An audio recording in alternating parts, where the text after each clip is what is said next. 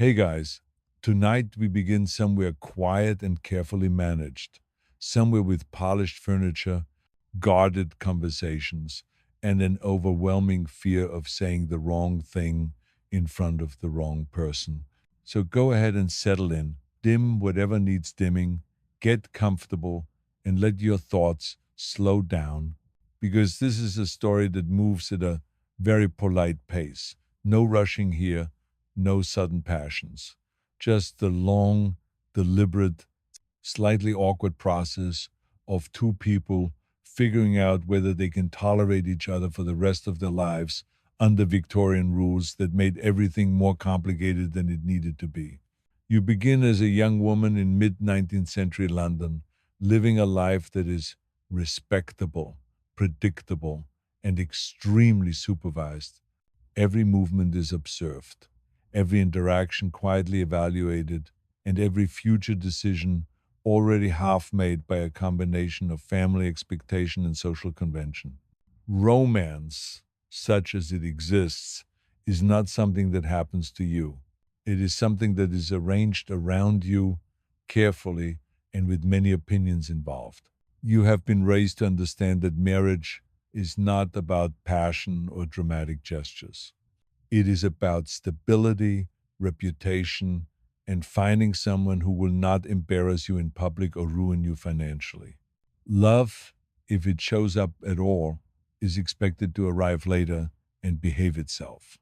Your days are filled with visiting, sewing, reading, and the occasional carefully planned outing. You are not unhappy, exactly, but you are very aware that your life has been paused, waiting for the appropriate gentleman to appear. And one afternoon, he does, not with fireworks or fate or dramatic coincidence, but with a knock at the door, a formal call. The most exciting kind of excitement Victorian society allows.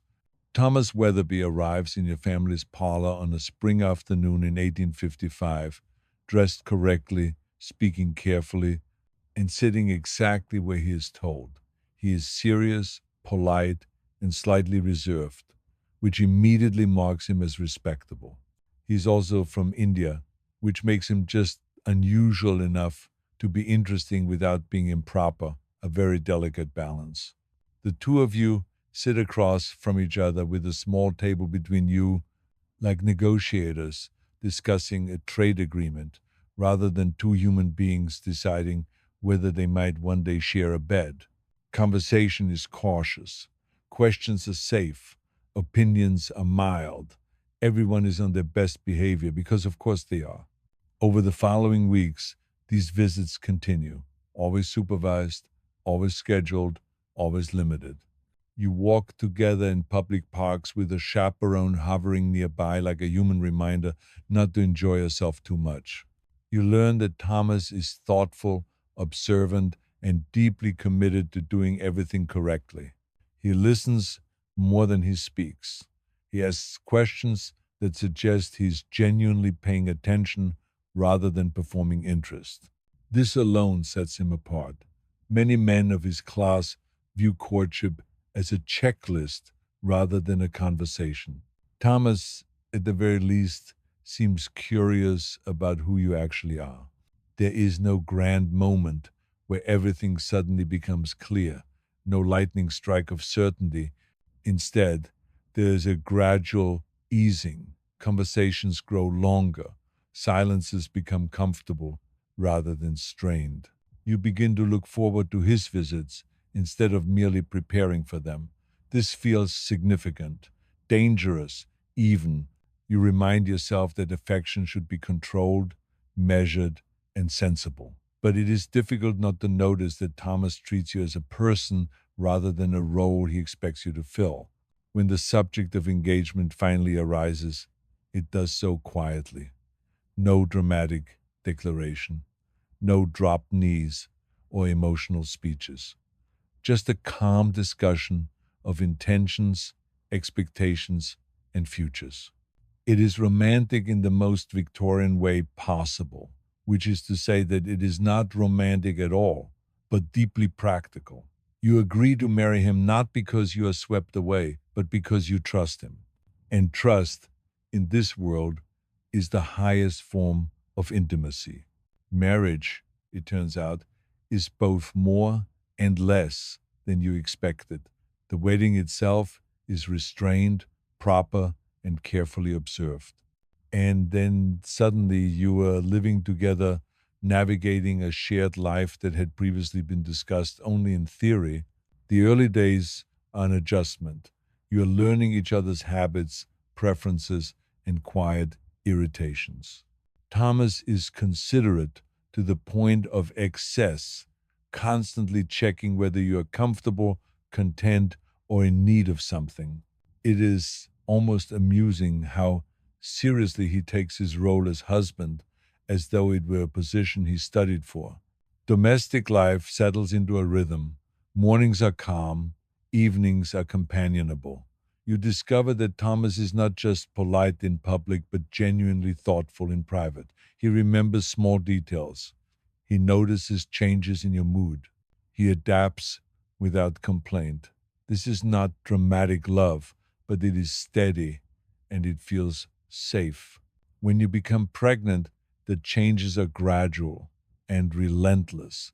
Your body shifts in ways that feel both miraculous and deeply inconvenient. Clothes stop fitting. Fatigue arrives without warning. Smells become unbearable for no clear reason. Thomas responds not with confusion or dismissal, but with practical adjustments.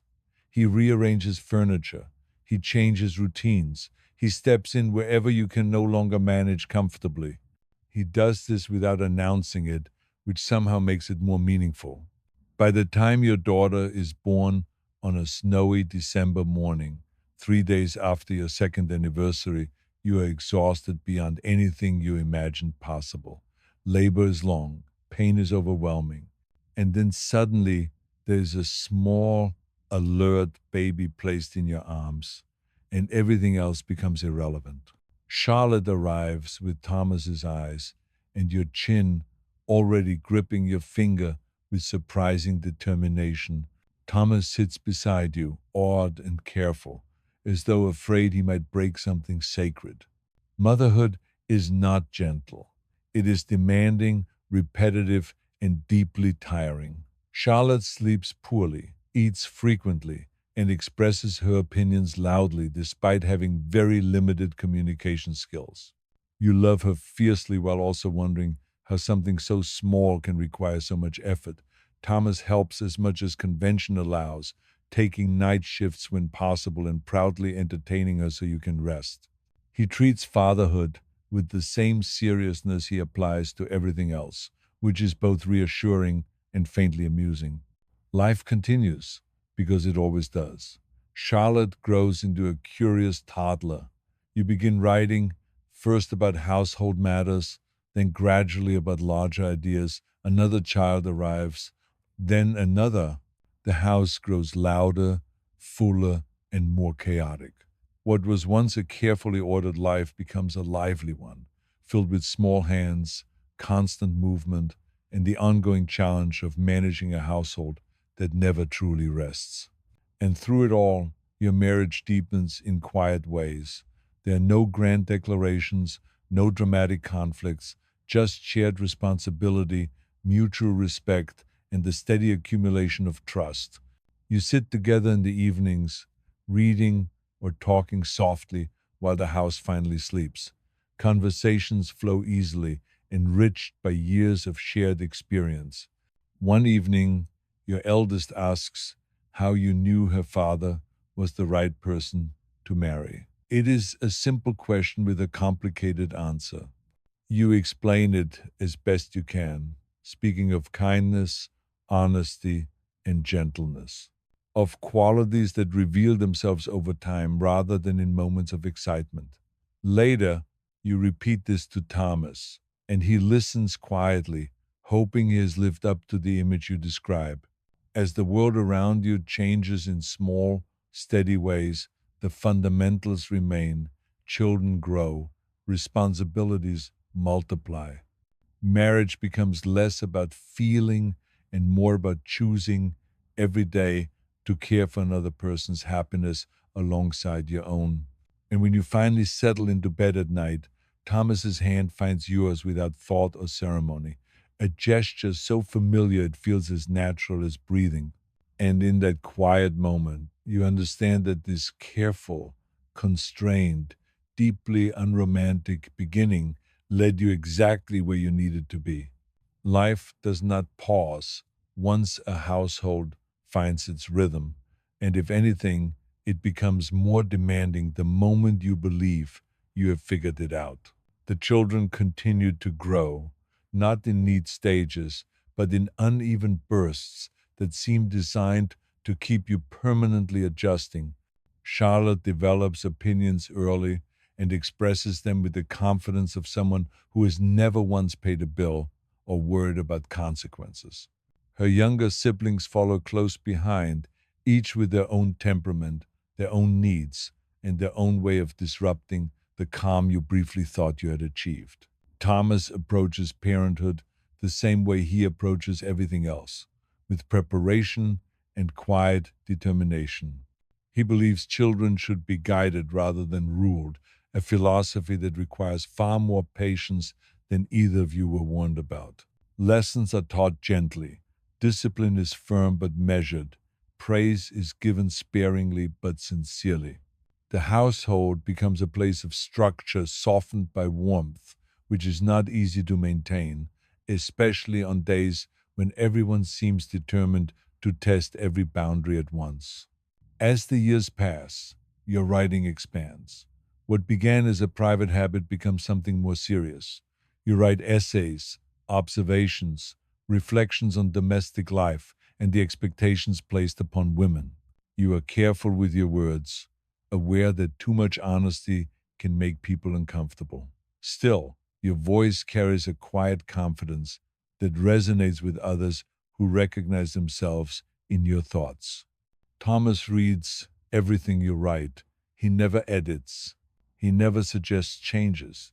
He simply listens, absorbing your ideas with the same respect he gives to his own. The children reach school age, and with that comes a new layer of responsibility. Education is taken seriously, as it should be. Tutors are chosen carefully. Lessons are supervised. Progress is monitored. You want your children to be capable, thoughtful, and kind, qualities that require far more effort to instill than obedience alone. Charlotte shows an early love for reading, disappearing into books whenever she can. One of the boys prefers numbers and puzzles. Another is more restless, forever asking questions that spiral into other questions before the first can be answered. Social obligations remain because society does not forget you simply because you are busy. Dinners are hosted, visits are returned, conversations are navigated with the same careful politeness as ever. You have learned how to smile at the appropriate moments, how to deflect intrusive questions, and how to appear pleasantly engaged even when you are counting the minutes until you can return home. Thomas, ever observant, notices when these events drain you. He never insists you attend more than necessary. This small consideration feels enormous. Marriage at this stage is less about romance and more about partnership. Decisions are made together, finances are discussed openly, disagreements occur, but they are handled with restraint rather than raised voices. You have learned each other's silences, the subtle signs of fatigue or frustration. There is comfort in this familiarity. You do not need to explain yourself constantly. You are understood. Time moves forward with quiet persistence. Children grow taller, clothes are altered and then replaced. The house bears the marks of years well lived, scuffed floors, worn chairs, shelves crowded with books and keepsakes. You find beauty in these imperfections. They tell a story no visitor could ever fully understand. There are losses, as there always are.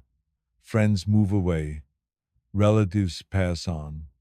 The world shifts in small, sometimes unsettling ways. You mourn quietly, aware that grief does not announce itself dramatically in a life like yours. It arrives softly, settling into routines, changing the tone of familiar days. Thomas supports you through these moments with steady presence rather than grand gestures. He sits beside you, he listens, he lets you speak when you are ready. As the children enter adolescence, the household changes again. Questions become more complex. Emotions intensify. Independence is demanded before it is fully earned. Charlotte challenges expectations with a thoughtful defiance that both worries and impresses you. You recognize yourself in her, which makes guiding her both easier and harder. You want to protect her from disappointment, but you also know that shielding her entirely would be a disservice. Thomas remains calm through these transitions, even when patience is tested. He believes deeply in allowing children to become themselves rather than replicas of their parents. This belief is not always convenient, but it is consistent. Together, you navigate this stage with a mixture of caution and trust, hoping your efforts will prepare them for lives beyond your direct influence. Evenings remain your quiet refuge. Once the house settles, you and Thomas share time together, sometimes talking, sometimes simply existing in the same space. These moments are unremarkable from the outside, but they hold a depth that younger versions of yourselves could never have imagined. You reflect occasionally on how little your early courtship resembled the dramatic stories people like to tell. And yet, here you are, years later, deeply connected in a way that feels enduring rather than exciting. There are moments of humor, of course. Children say unexpected things, plans unravel, small domestic disasters occur and are resolved with a mixture of irritation and laughter. These moments punctuate the days, reminding you that perfection was never the goal. Stability was. As you age, priorities shift subtly, ambitions soften, expectations relax. You find satisfaction in watching your children develop their own paths, even when those paths diverge from what you once imagined. Thomas shares this perspective, though he expresses it more quietly. He watches with pride as they grow into capable individuals, each carrying a piece of the life you built together.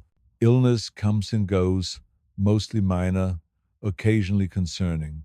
You face these challenges with practical resolve, drawing on years of shared experience. There is comfort in knowing how the other will respond, in trusting that support will be there without needing to ask.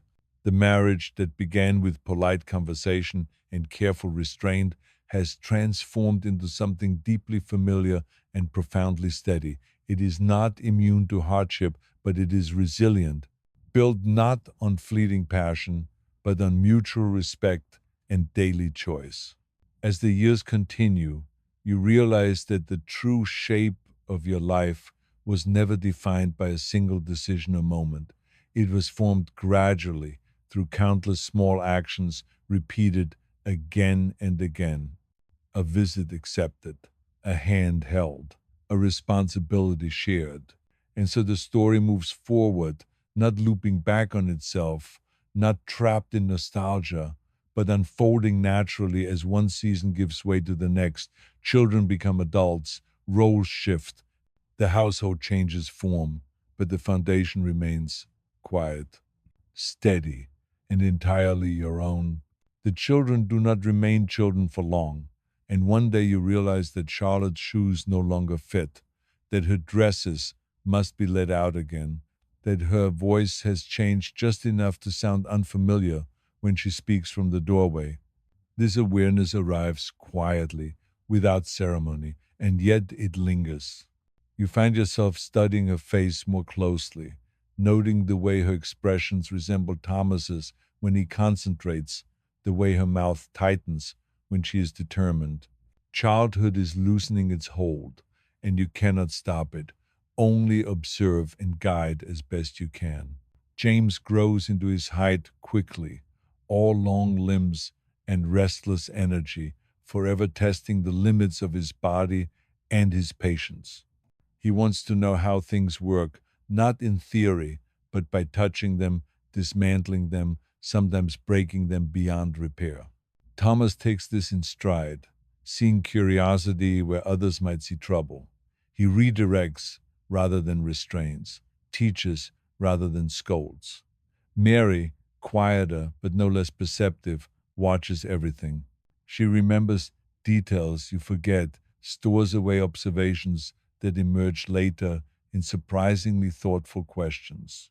The household adjusts again, as it always does. Tutors are replaced with more advanced instruction. Books become more serious. Conversations at the dinner table stretch longer, drifting toward ideas rather than simple recitations of the day's events. You listen more than you speak now, aware that your role is shifting from instructor to advisor. This change is unsettling, but also oddly satisfying. You have done your work well enough to step back slightly. Thomas's responsibilities continue to expand, though he remains measured in his ambitions. He does his work conscientiously, earning respect without seeking attention. Others notice this steadiness, and it brings both opportunity and expectation. He navigates these demands carefully, aware that professional success should not come at the expense of the life you have built together. He still returns home at a reasonable hour when possible. He still makes time for evening walks, for shared meals, for listening to the small concerns that make up the texture of domestic life. Your own writing evolves as well. You find yourself less interested in instruction and more drawn to reflection. You write about marriage not as an ideal, but as a practice, about motherhood not as a destiny, but as a relationship that changes shape over time. These pieces are read quietly by women who recognize themselves in your words. You receive letters, some grateful, some cautious, some simply relieved to know that their private thoughts are shared by someone else. You answer when you can, though you're careful not to offer certainty when none exists. Social expectations remain, though you engage with them differently now. You have learned which conventions matter and which can be bent without consequence. You attend gatherings with an ease that comes from experience, rather than enthusiasm. You know how long to stay, when to excuse yourself, which conversations require genuine attention and which require only polite acknowledgement. This skill, once exhausting to acquire, now feels almost automatic. The children begin to look outward, beyond the walls of your home. Friendships form, intensify, dissolve. First infatuations appear, bringing with them dramatic emotions that seem overwhelming to those experiencing them for the first time. You recognize these feelings, though they feel distant now, softened by time and perspective. You offer guidance sparingly, knowing that too much advice can feel like interference.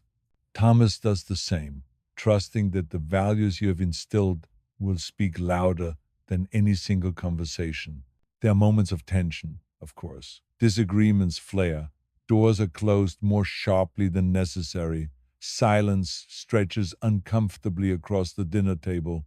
You and Thomas discuss these moments privately, always united in approach, even when uncertain of outcome. You remind each other that growth is rarely smooth, that resistance often signals change rather than failure. As the years continue, your marriage enters a quieter phase, not diminished, but settled. The urgency of early parenthood fades, replaced by a steady companionship that requires less explanation. You know each other's habits intimately now, the small routines that structure your days. You anticipate needs before they are spoken. You share glances that communicate more than words ever could. Health becomes something you think about more deliberately. A lingering cough here, a stiffness there, nothing alarming, but enough to remind you that time leaves its mark.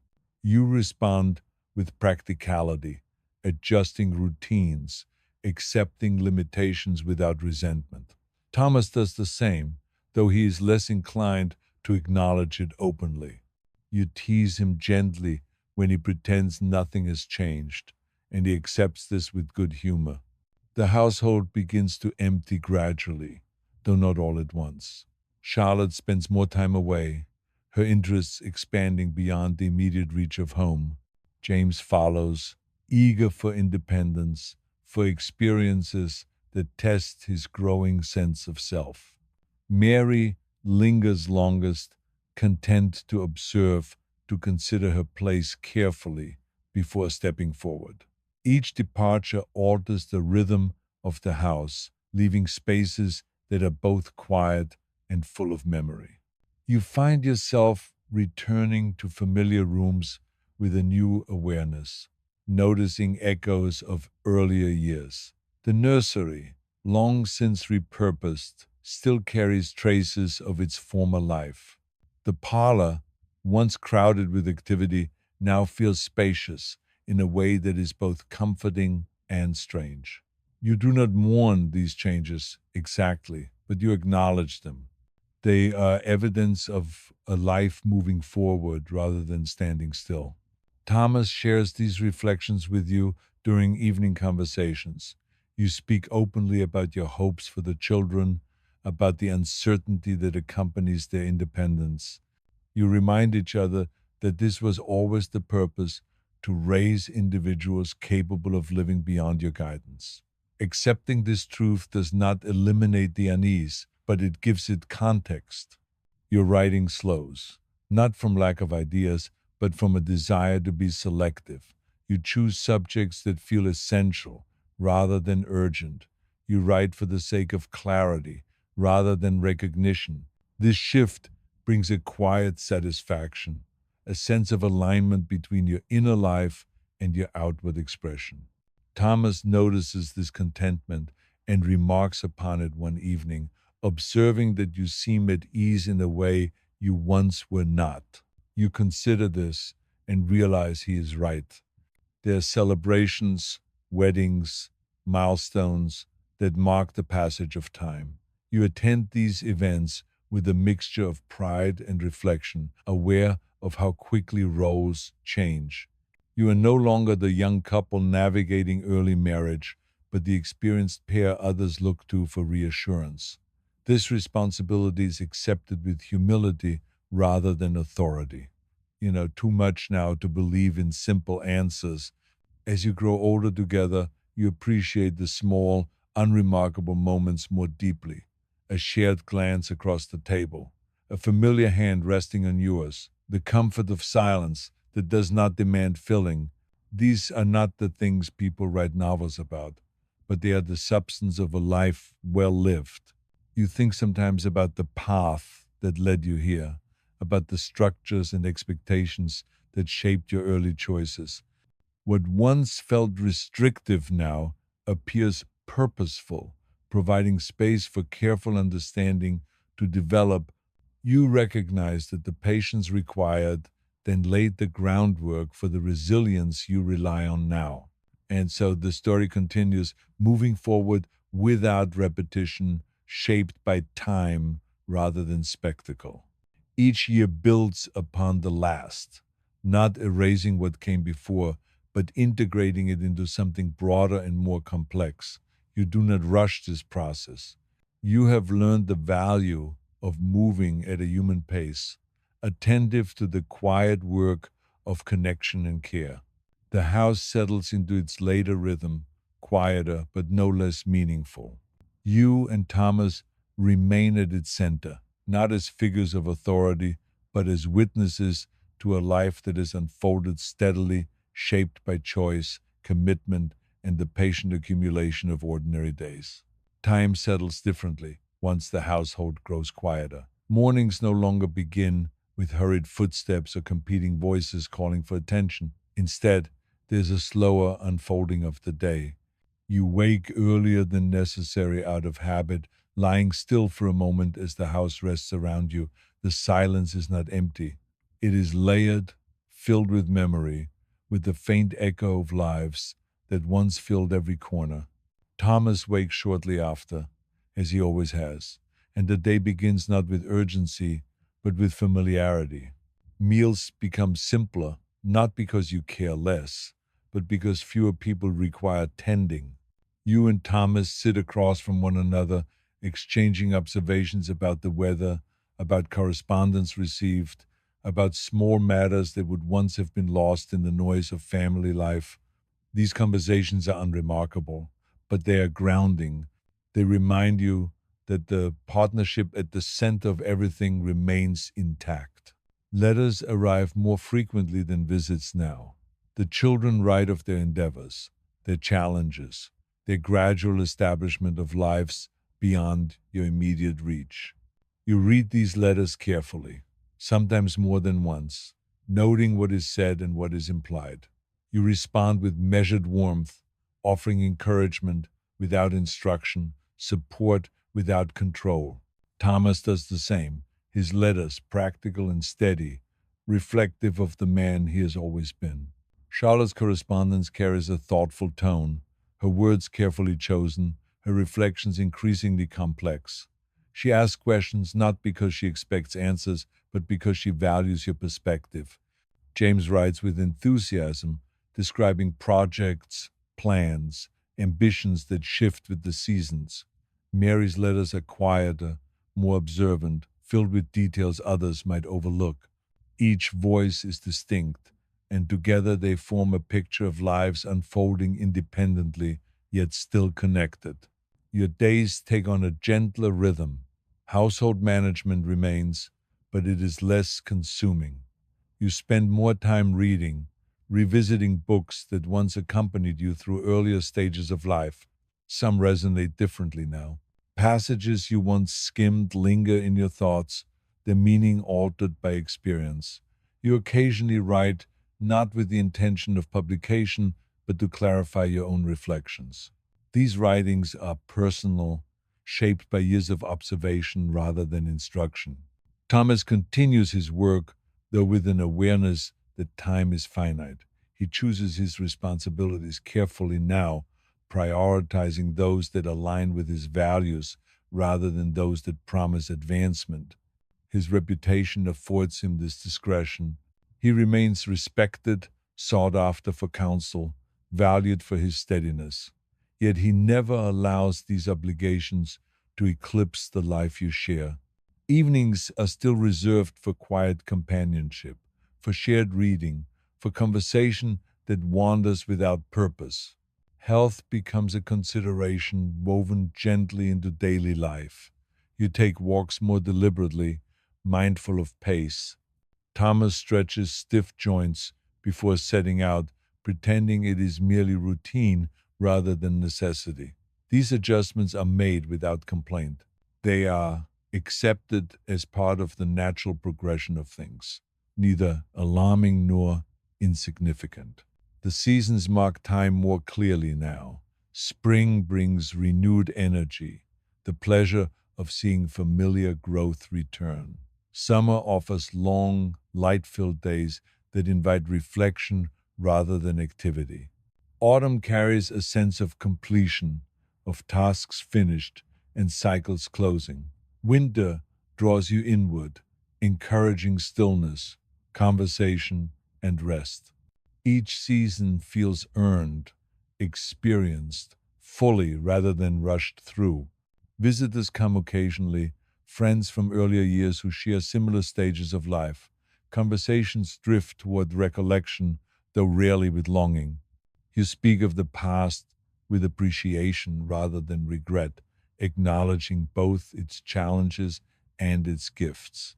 There is comfort in shared understanding, in the recognition that the paths taken were neither accidental nor entirely planned, but shaped by a combination of choice and circumstance.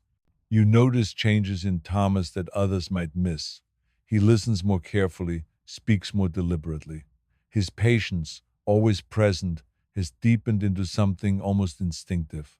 You admire this quality, aware of how rare it is. He, in turn, notices your ease, the way you navigate days with confidence, born of experience rather than certainty. He remarks once that you seem settled in yourself, and you recognize the truth of it. There are moments of loneliness, though they are fleeting. You miss the immediacy of your children, the daily presence that once defined your role. Yet this absence is softened by the knowledge that their independence is a measure of success rather than loss.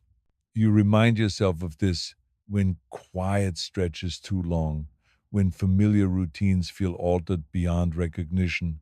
Correspondence from extended family brings news of births, marriages, departures, and endings. You respond appropriately, offering congratulations or condolences as required.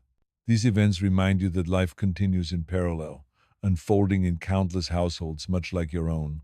You are part of a broader pattern, one that extends beyond individual stories.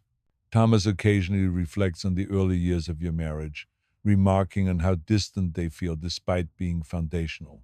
You agree, recognizing that those tentative beginnings now seem almost abstract, like a story told about someone else.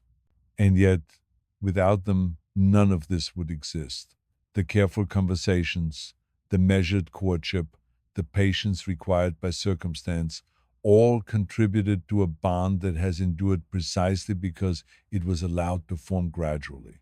You think often about the nature of commitment, about how it is sustained not by grand declarations but by repeated ordinary choices.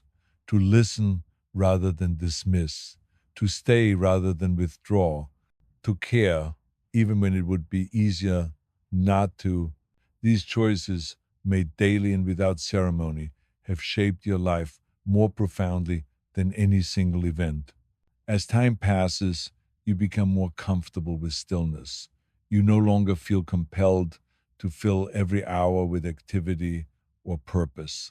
There is value in observation, in simply being present. You sit by the window and watch the light change, the world outside continuing at its own pace. You find contentment in these moments, recognizing them as a privilege earned through years of effort and attention. Thomas shares this appreciation for quiet. He joins you often, sitting nearby, engaged in his own thoughts. You do not need to speak to feel connected. The familiarity between you is complete, not dulled by time, but refined by it. Occasionally, one of the children returns for a visit, bringing new energy into the house. These visits are cherished, though they disrupt the calm you have grown accustomed to. Laughter fills rooms that have grown too quiet, stories are exchanged, and the house briefly resembles its former self. When these visits end, you experience a momentary ache, followed by acceptance. This is the natural order of things. You and Thomas discuss the future in practical terms.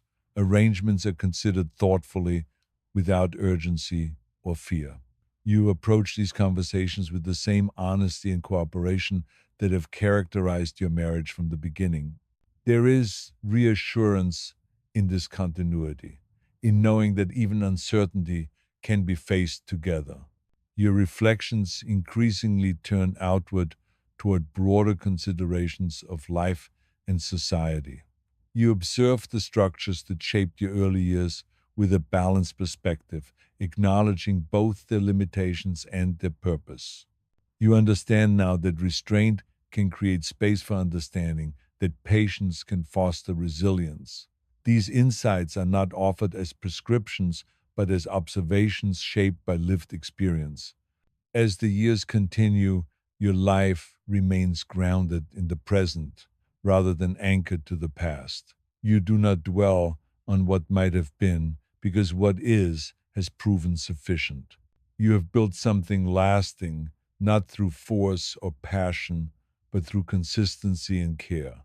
The days move forward without repetition, each distinct yet connected to the last.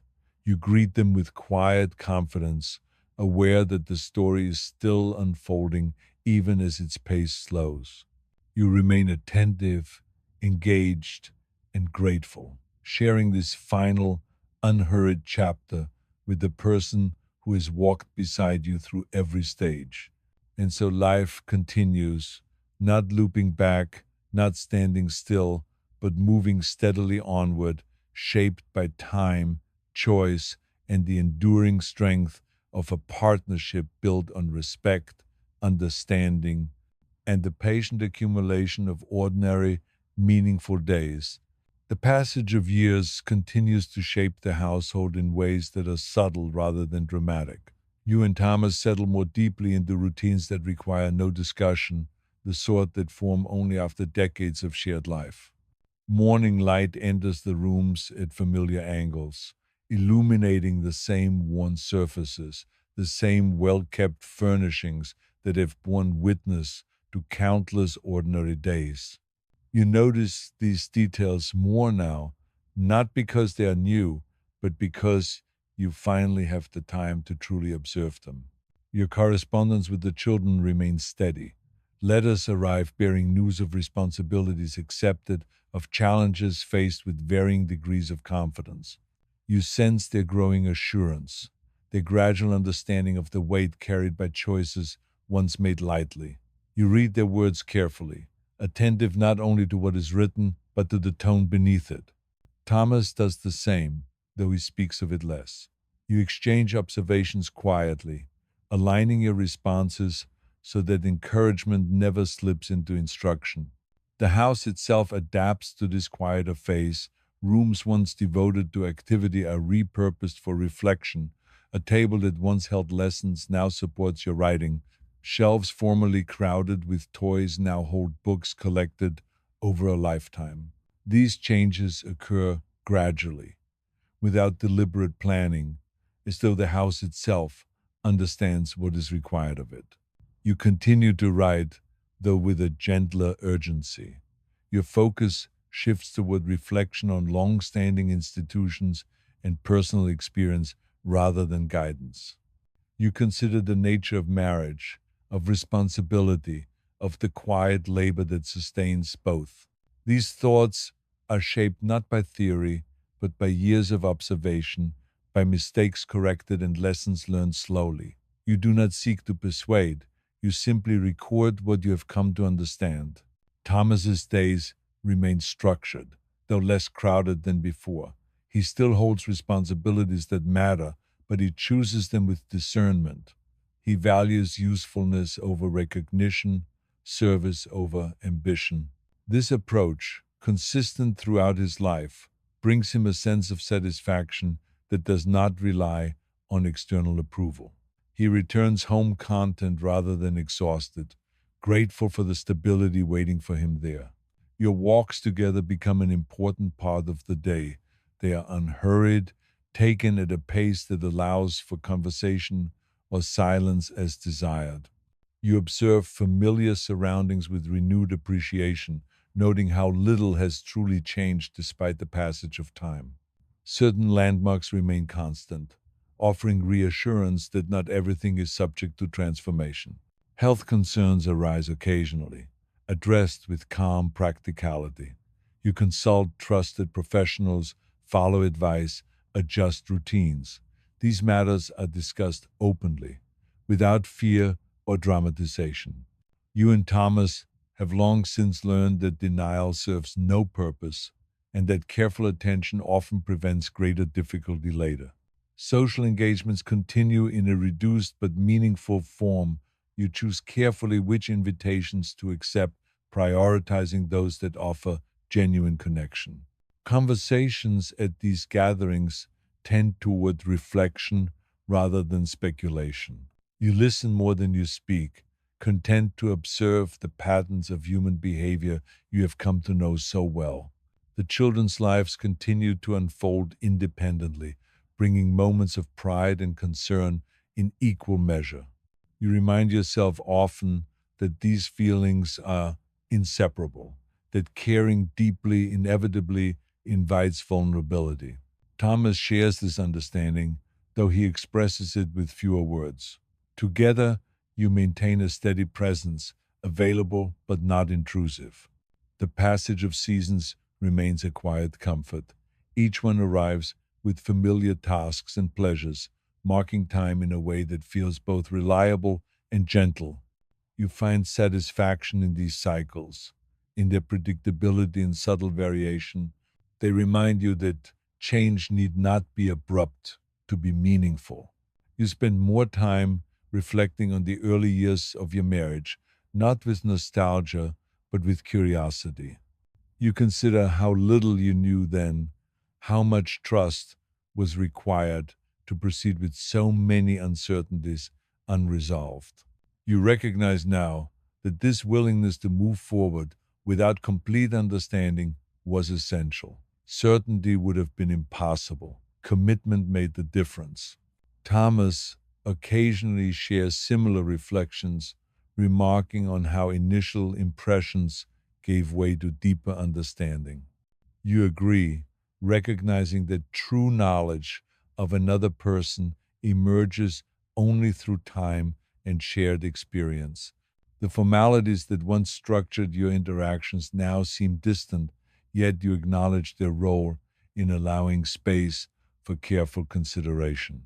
Your household staff changes over time, as it always has.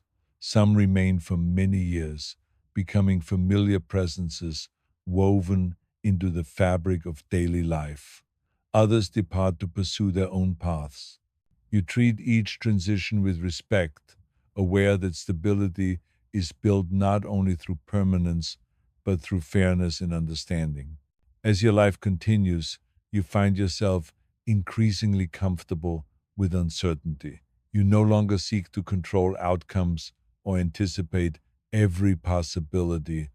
Instead, you respond to circumstances as they arise, drawing on the resilience cultivated over years of partnership.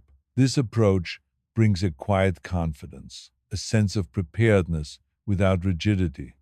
You and Thomas continue to share evenings much as you always have, seated together in comfortable silence or gentle conversation. These moments, unremarkable on the surface, hold a depth that only long familiarity can produce. You understand each other's moods instinctively, adjusting without conscious effort.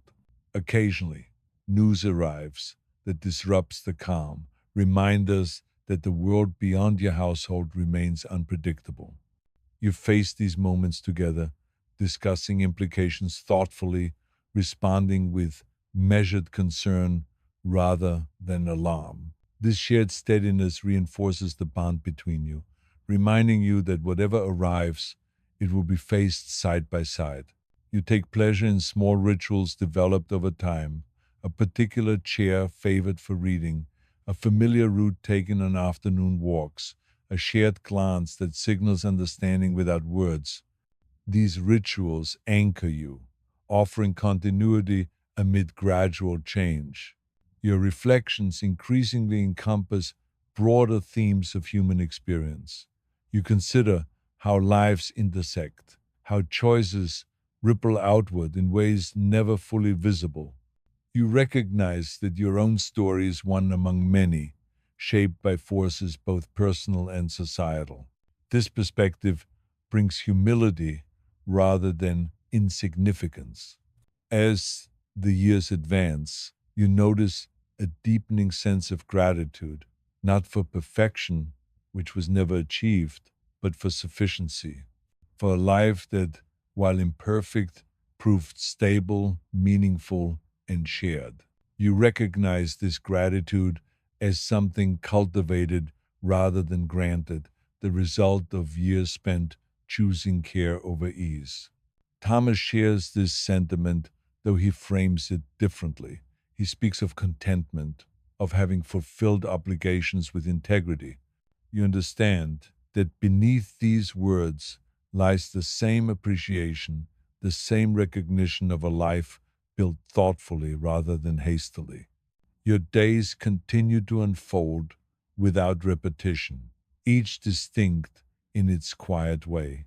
You remain engaged, attentive, and present, aware that while much has already been lived, there is still value in what lies ahead. You do not rush this remaining time. You allow it to proceed at its own pace, confident in the foundation laid long ago. And so the story carries on, not circling back, not lingering unnecessarily, but moving forward with steady purpose. Each moment adds to the whole, shaping a life defined not by spectacle, but by consistency, patience, and the enduring strength of a partnership chosen again and again through the simple, faithful work of ordinary days. The days shorten almost without notice, not suddenly, but by degrees so slight they can only be recognized in retrospect. You realize one afternoon that the light fades earlier than it once did, that shadows linger longer in the corners of familiar rooms. This change does not trouble you. It feels appropriate, in keeping with the stage of life you now inhabit. You and Thomas adjust instinctively, drawing closer to the hearth in the evenings, arranging your routines to match the gentler pace the season encourages. There is a comfort in predictability that you once might have mistaken for dullness. Now you recognize it as stability earned through years of adaptation. Breakfast is taken at the same small table, tea poured with the same practiced motions. Thomas reads quietly while you attend to correspondence or sit with your thoughts before the day fully asserts itself. These moments require no planning, no effort. They simply are. Your conversations turn increasingly reflective, though never heavy. You speak of small observations, of memories prompted by passing remarks or familiar scents.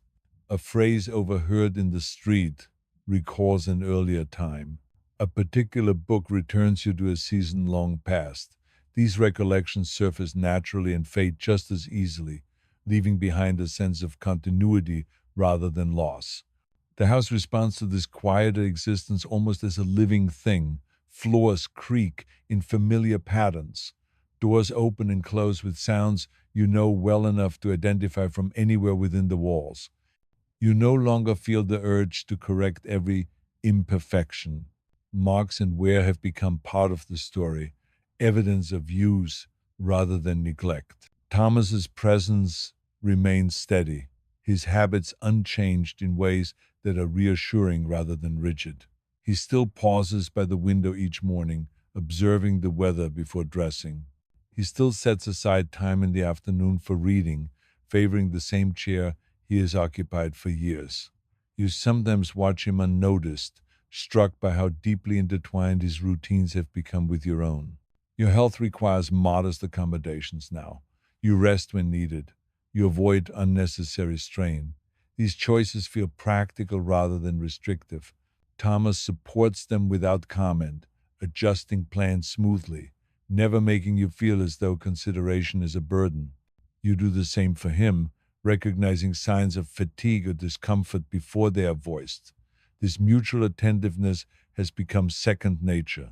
Letters from the children arrive with reassuring regularity. Their concerns are different now, shaped by responsibilities and obligations that mirror your own early experiences. You offer perspective rather than direction, aware that understanding gained firsthand carries more weight than advice received. They seem grateful for this approach, responding with openness rather than defensiveness. Occasionally, news arrives that requires reflection, a change in circumstances, a difficult decision faced by one of the children. You and Thomas discuss these matters thoughtfully, considering implications without rushing to judgment. You recognize that your role is no longer to intervene, but to bear witness, to offer steadiness rather than solutions. Your writing continues intermittently, guided by inclination rather than expectation. You write to preserve clarity of thought, to articulate insights that feel too valuable to leave unexamined. These writings are quieter than before, less concerned with audience, more focused on understanding. They satisfy a need you have come to recognize as enduring. The rhythm of the week remains gentle, Certain days are reserved for particular tasks, though the structure is flexible rather than rigid. You appreciate this balance, the combination of routine and freedom. It allows for productivity without pressure, engagement without exhaustion. Social connections persist, though in a narrower circle.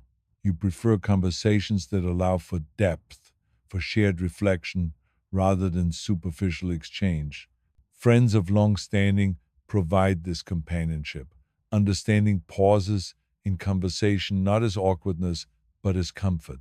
These interactions nourish you in a way larger gatherings no longer do. As you age, your perspective on time itself shifts. You are less concerned with how much remains than with how it is experienced. You value attentiveness over accumulation, presence over achievement. This shift feels natural, not forced, as though it has been waiting patiently for you to arrive. Thomas expresses similar sentiments in his own way. He speaks of satisfaction, of having lived consistently with his principles. You recognize this as contentment rather than complacency, the quiet reward of integrity maintained over time. There are evenings when you sit together without speaking, each absorbed in separate thoughts. These silences are rich rather than empty, filled with shared understanding. You are aware that not every connection requires articulation, that some bonds are strengthened precisely because they do not demand constant affirmation. Occasionally, you reflect on the early uncertainties that accompanied your marriage, the careful negotiations, the gradual revelations of character. You marvel at how those tentative beginnings have given rise to such a stable present. You understand now that the patience required then fostered habits of consideration that have endured. The seasons continue their steady rotation. Each one brings its own pleasures and challenges, all accepted with equanimity. You no longer resist change or cling to familiarity. You move with the rhythm rather than against it, trusting the continuity beneath apparent variation. Your household staff, though smaller now, remains a familiar presence. You treat them with the same respect you always have, aware that mutual regard sustains harmony more effectively than authority. These relationships, built over time, contribute quietly to the sense of stability you value. You find satisfaction in small accomplishments. A letter composed thoughtfully, a room arranged comfortably, a meal prepared with care. These tasks anchor your days, providing tangible expressions of attention and intention. As the years progress, you notice an increasing ease in letting go of expectations once held firmly. You no longer measure success by outward markers, but by internal coherence. You assess your life not by comparison, but by alignment with values long cultivated. Thomas shares this orientation, though he frames it differently. He speaks of having done what he could with what he was given. You recognize this as wisdom earned through experience rather than theory. Your days continue to unfold, each one distinct, none repeating unnecessarily. You remain engaged with the present, attentive to its demands and offerings. You do not dwell on endings, nor do you rush toward conclusions. You allow the story to proceed naturally, shaped by time and choice rather than urgency. The bond between you and Thomas remains the quiet center around which everything else turns. It is not dramatic, not fragile, but enduring, sustained by habits of care established long ago and maintained without conscious effort. And so life continues forward, not looping back, not retracing old ground, but advancing steadily into what remains. Each day adds to the whole, contributing to a narrative defined not by spectacle, but by consistency, patience, and the profound significance of an ordinary life shared fully and attentively. The quiet that settles into the house becomes less something to notice and more something to inhabit. It wraps itself around your days gently, never pressing, never demanding attention. You move through familiar rooms with an ease born of long familiarity, knowing where every object belongs, where the light falls at different hours, where the air feels cooler or warmer depending on the season. Thomas moves through the same spaces with equal certainty, your paths crossing naturally without calculation. Mornings begin slowly now. There is no urgency to rise at a particular hour, no pressing obligation waiting beyond the threshold of the day. You wake when your body allows it, listening briefly to the subtle sounds of the house before getting up. Thomas often follows shortly after, greeting you with a quiet word, a shared glance that conveys more than conversation ever could. Breakfast is unhurried. The simple act of sitting together, sharing a meal, feels complete in itself. Your correspondence continues, though it no longer dominates your time. Letters are answered thoughtfully, sometimes over several days, as you consider your words carefully.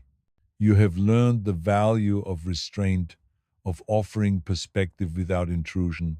The children seem to appreciate this, responding with openness rather than defensiveness. Their lives, though distant in geography, feel present through their words. Charlotte's letters reflect a maturity that surprises you occasionally.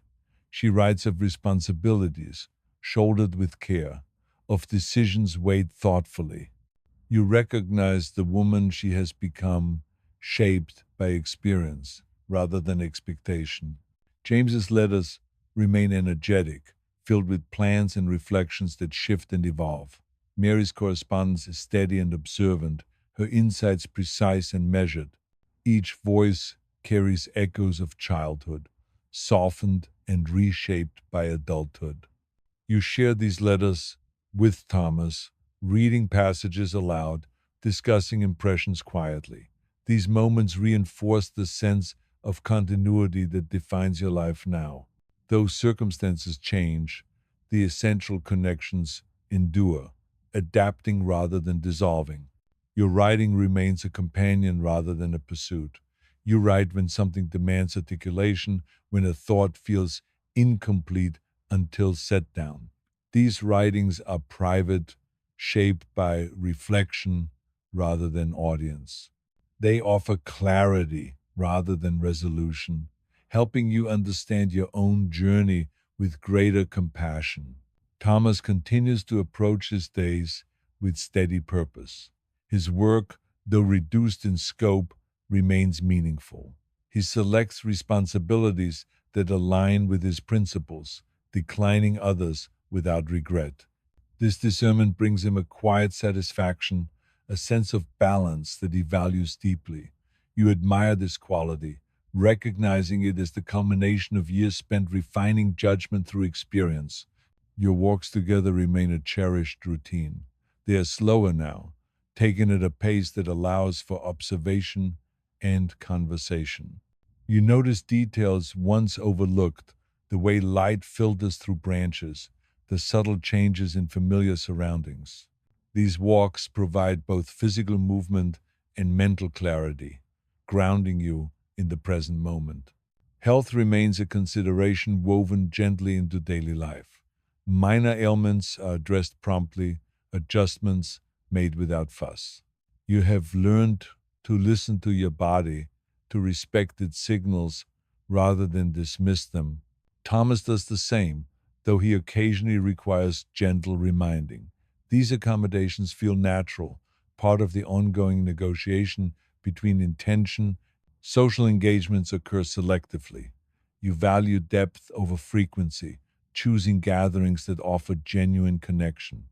Conversations tend toward reflection, shared memories, and thoughtful observation. You find comfort in the company of those who understand the value of silence, who do not mistake quiet for disengagement. As time passes, your perspective on the past grows increasingly nuanced. You no longer view earlier challenges with frustration or regret, but with understanding. You recognize the necessity of uncertainty, the role it played in shaping resilience and adaptability. This perspective brings peace rather than nostalgia, a sense of coherence rather than longing. Thomas shares similar reflections, though he expresses them differently.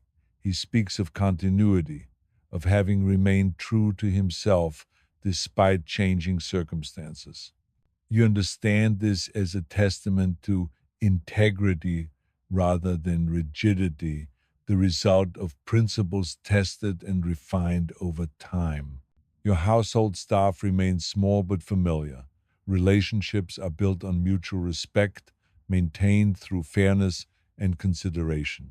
These dynamics contribute quietly to the sense of stability you value, reinforcing the understanding that harmony is sustained through attention rather than authority. You find satisfaction in the ordinary tasks that structure your days, tending to correspondence, arranging rooms for comfort, preparing meals with care. These activities ground you, offering tangible expressions of intention and presence. You no longer measure productivity by output, but by alignment with values. As the years advance, you become increasingly comfortable with uncertainty. You accept that not every question requires an answer, that not every outcome can be predicted. This acceptance does not diminish engagement, it enhances it, allowing you to respond thoughtfully rather than reactively. Thomas embodies this approach, meeting each day with quiet confidence. He remains attentive, engaged, and adaptable, qualities that have sustained him throughout his life. You find reassurance in this consistency, knowing that whatever arises will be approached with care and consideration. Evenings remain a time of connection. You sit together, sometimes reading, sometimes simply sharing the space. Conversation flows when it wishes, pauses when it does not. These moments require no embellishment, no justification. They are sufficient as they are. Occasionally, memories surface unexpectedly. A phrase recalls an earlier conversation. A familiar scent evokes a distant season. These recollections are welcomed rather than resisted, integrated into the present without disrupting it. You understand now that memory is not a retreat into the past, but a thread that weaves continuity through time. You reflect occasionally on the broader patterns that shaped your life, the social structures, expectations, and conventions that once seemed restrictive now appear as frameworks that allowed careful understanding to develop. You recognize their limitations without dismissing their purpose, appreciating the balance they provided between guidance and restraint. Your life, viewed from this vantage, appears cohesive rather than fragmented. Each stage builds upon the last, not erasing but incorporating what came before. You see this clearly now, understanding that meaning emerges gradually through accumulation rather than revelation. Thomas shares this sense of coherence, though he frames it in practical terms. He speaks of having fulfilled obligations with care, of having prioritized what mattered most. You recognize this as wisdom earned through lived experience rather than abstract principle. Your days continue to unfold steadily, each distinct, none redundant. You remain present, attentive to the small details that give texture to life. You do not rush toward conclusions or dwell on endings. You allow the story to proceed naturally, shaped by time and choice rather than urgency. The bond between you and Thomas remains the quiet center of everything. It is not defined by intensity or display, but by endurance, sustained through habits of care, established long ago and maintained with quiet intention. As you move forward together, you carry with you a deep appreciation for the life you have built. Not perfect, not without challenge, but grounded, meaningful, and shared. You understand now that this is not the result of chance, but of countless small decisions made with patience and respect. And so the story continues, not circling back, not repeating itself, but moving steadily onward.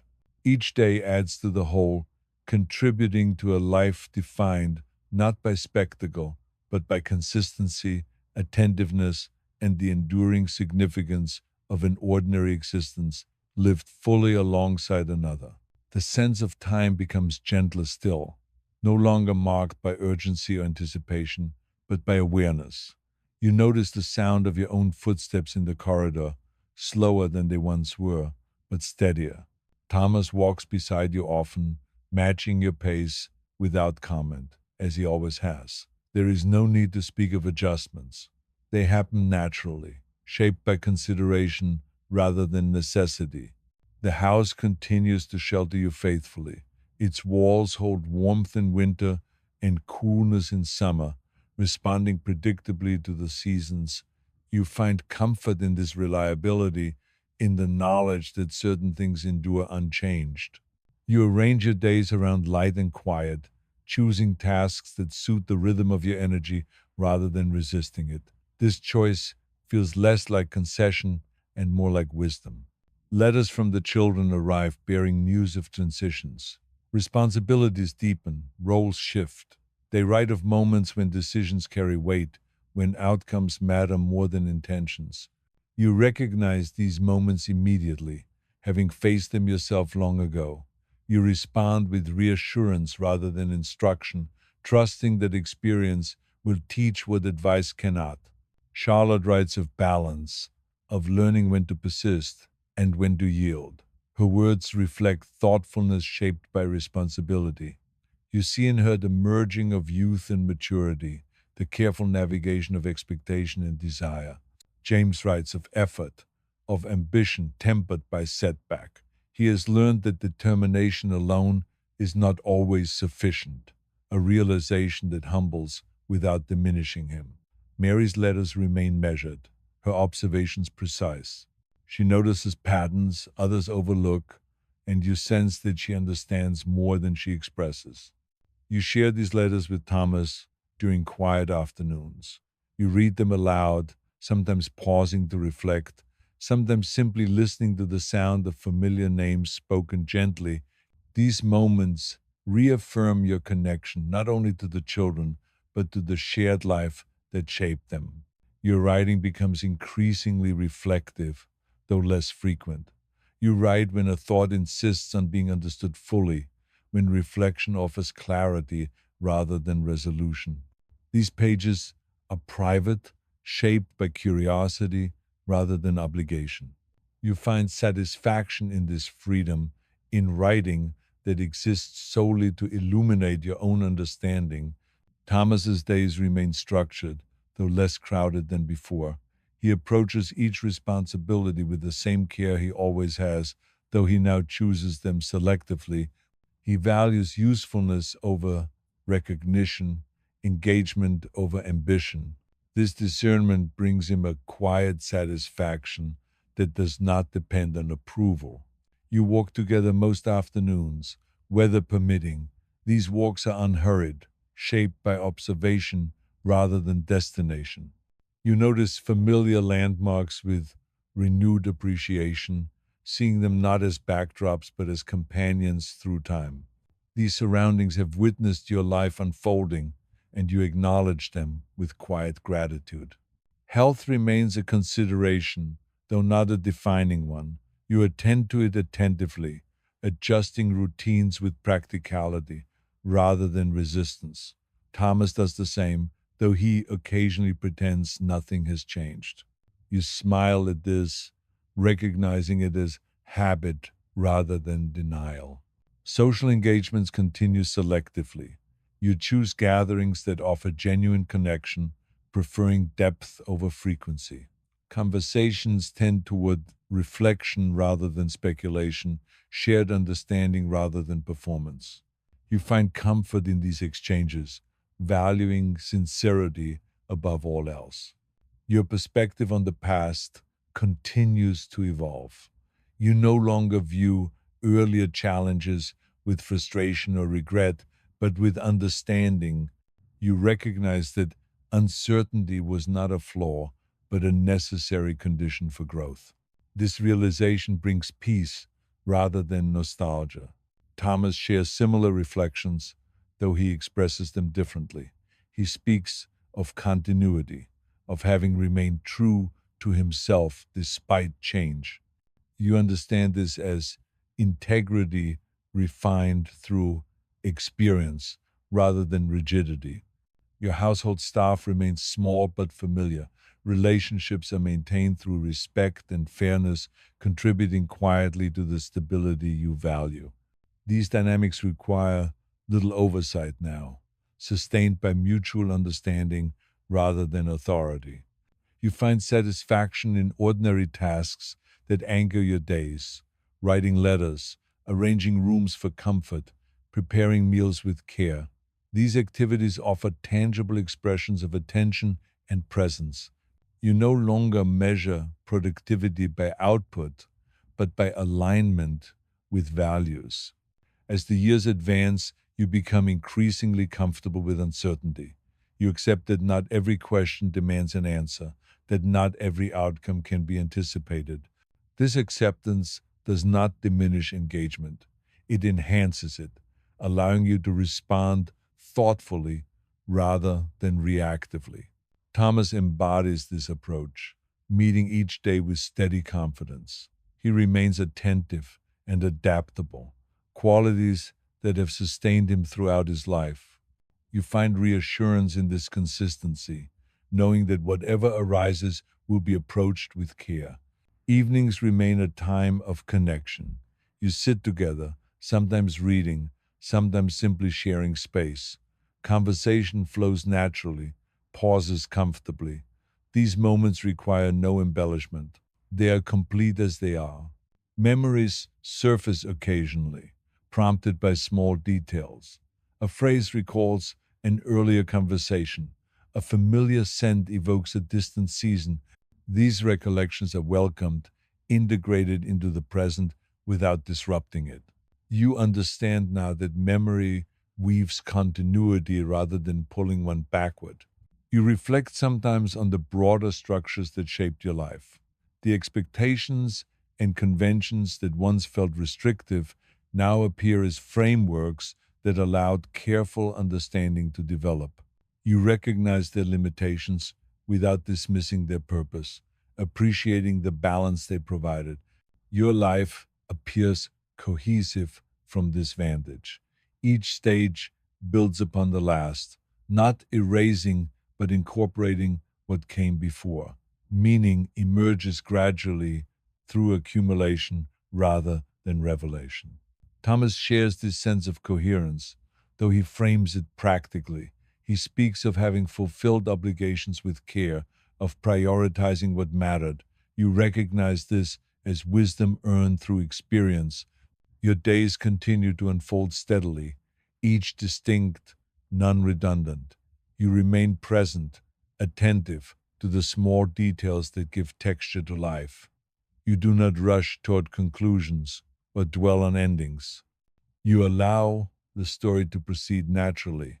The bond between you and Thomas remains the quiet center around which everything turns. It is defined not by intensity but by endurance, sustained through habits of care established long ago and maintained with intention. As you move forward together, you carry deep appreciation for the life you have built. Not perfect, not without challenge, but grounded and shared. You understand now that this was shaped not by chance, but by countless small decisions made with patience and respect. And so life continues onward, not looping back, not repeating itself, but advancing steadily. Each day adds to the whole, contributing to a life defined not by spectacle, but by consistency, attentiveness, and the enduring significance of an ordinary existence lived fully beside another. The seasons continue their quiet rotation, each one arriving without announcement and departing without ceremony. You learn to recognize them not by dates but by the quality of light that enters the rooms and the way the air settles along the stone floors. The household adjusts instinctively. Heavier fabrics appear, then disappear. Fires are lit earlier, then later. Nothing is rushed. Everything follows patterns older than memory. Thomas rises each morning at the same hour, not because he must, but because his body remembers responsibility. He walks the grounds with the same deliberate pace, noting small changes that others might overlook. A loosened shutter, a gate that closes a little too slowly. These observations are not complaints. They are acknowledgments of care required. You remain attentive to correspondence, though it arrives less frequently now. Messengers bring sealed letters bearing familiar crests, reminders of alliances formed long ago and obligations quietly maintained. You read them with patience, understanding that most contain nothing urgent, only confirmations of continuity. The children's paths continue to unfold beyond your direct influence. Their lives are shaped by expectations inherited as much as chosen. You recognize this weight and do not resent it. It was the same for you. Perhaps heavier, perhaps simply different. Charlotte's household grows steadily. She manages it with composed authority, aware that every instruction carries consequence. She has learned when firmness is required and when restraint is wiser. This discernment does not come easily. You see it etched into her careful phrasing, her measured requests. James faces greater scrutiny. His position demands visible resolve. Even when uncertainty lingers beneath the surface, he has learned that appearance matters nearly as much as outcome. This lesson troubles him at first, then settles into acceptance. You recognize this shift. It is familiar. Mary remains observant, reserved, attentive to undercurrents. She listens more than she speaks, storing impressions quietly. When she does speak, it is precise. You suspect she understands more of the family's fragile balance than anyone realizes. You reflect often on how lineage shapes temperament, the traits that repeat across generations, softened or sharpened by circumstance, stubbornness mistaken for resolve, sensitivity dismissed as weakness, pride inherited unquestioned. These patterns unfold slowly, rarely acknowledged, until consequences emerge. Thomas speaks of these matters rarely, but when he does, it is with clarity. He understands structure. He understands duty.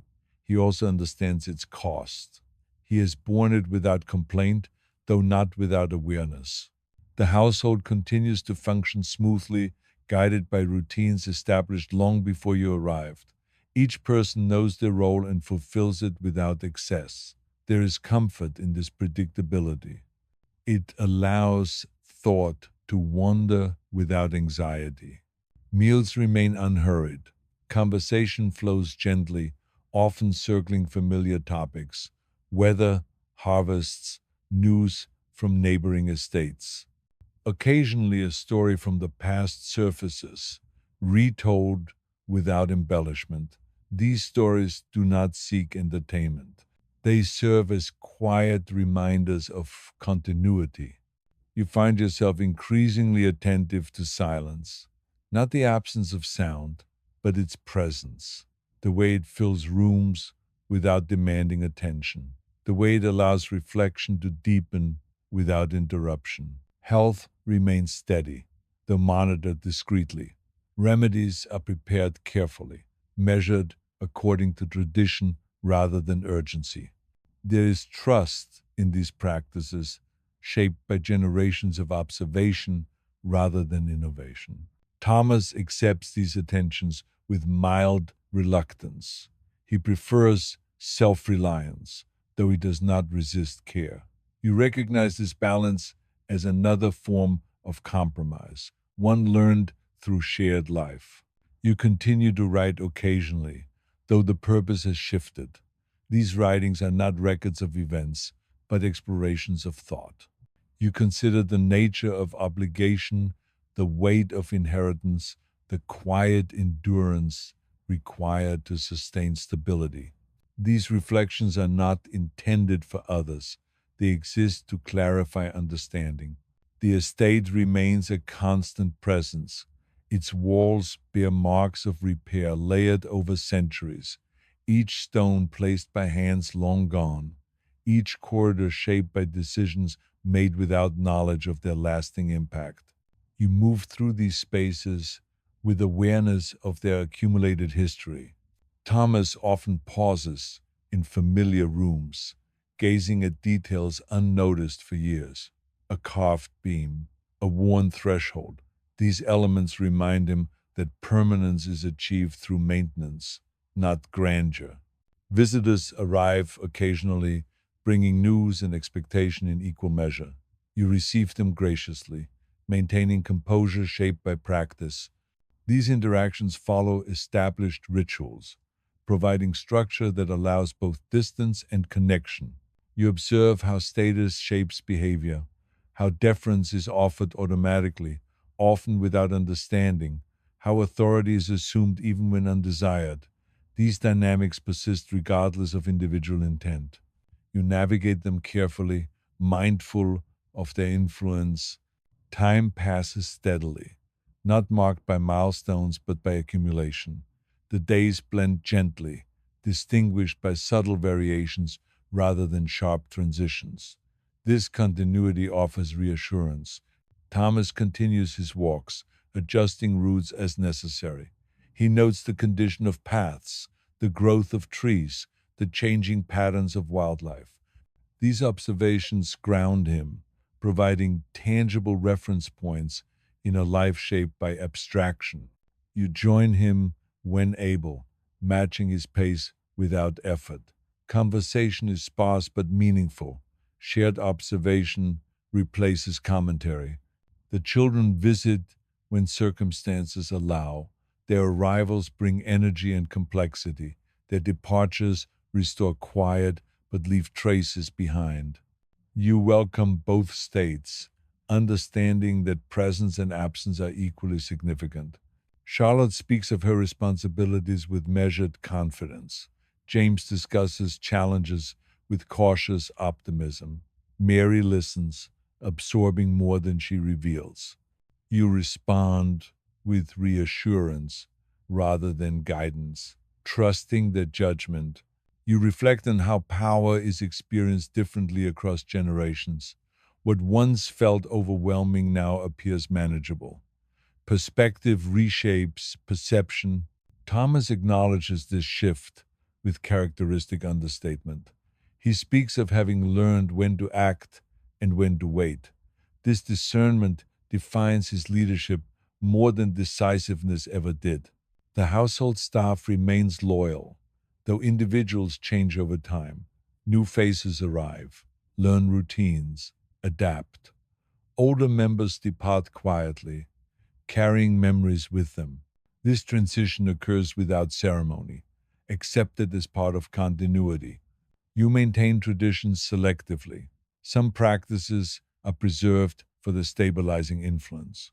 Others are allowed to fade, their purpose fulfilled. This balance feels appropriate, though not deliberate. As years progress, your sense of urgency diminishes.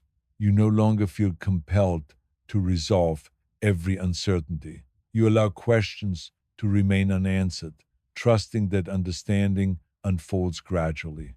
Thomas mirrors this acceptance. He approaches each day with calm attentiveness, prepared but unhurried. This steadiness anchors the household.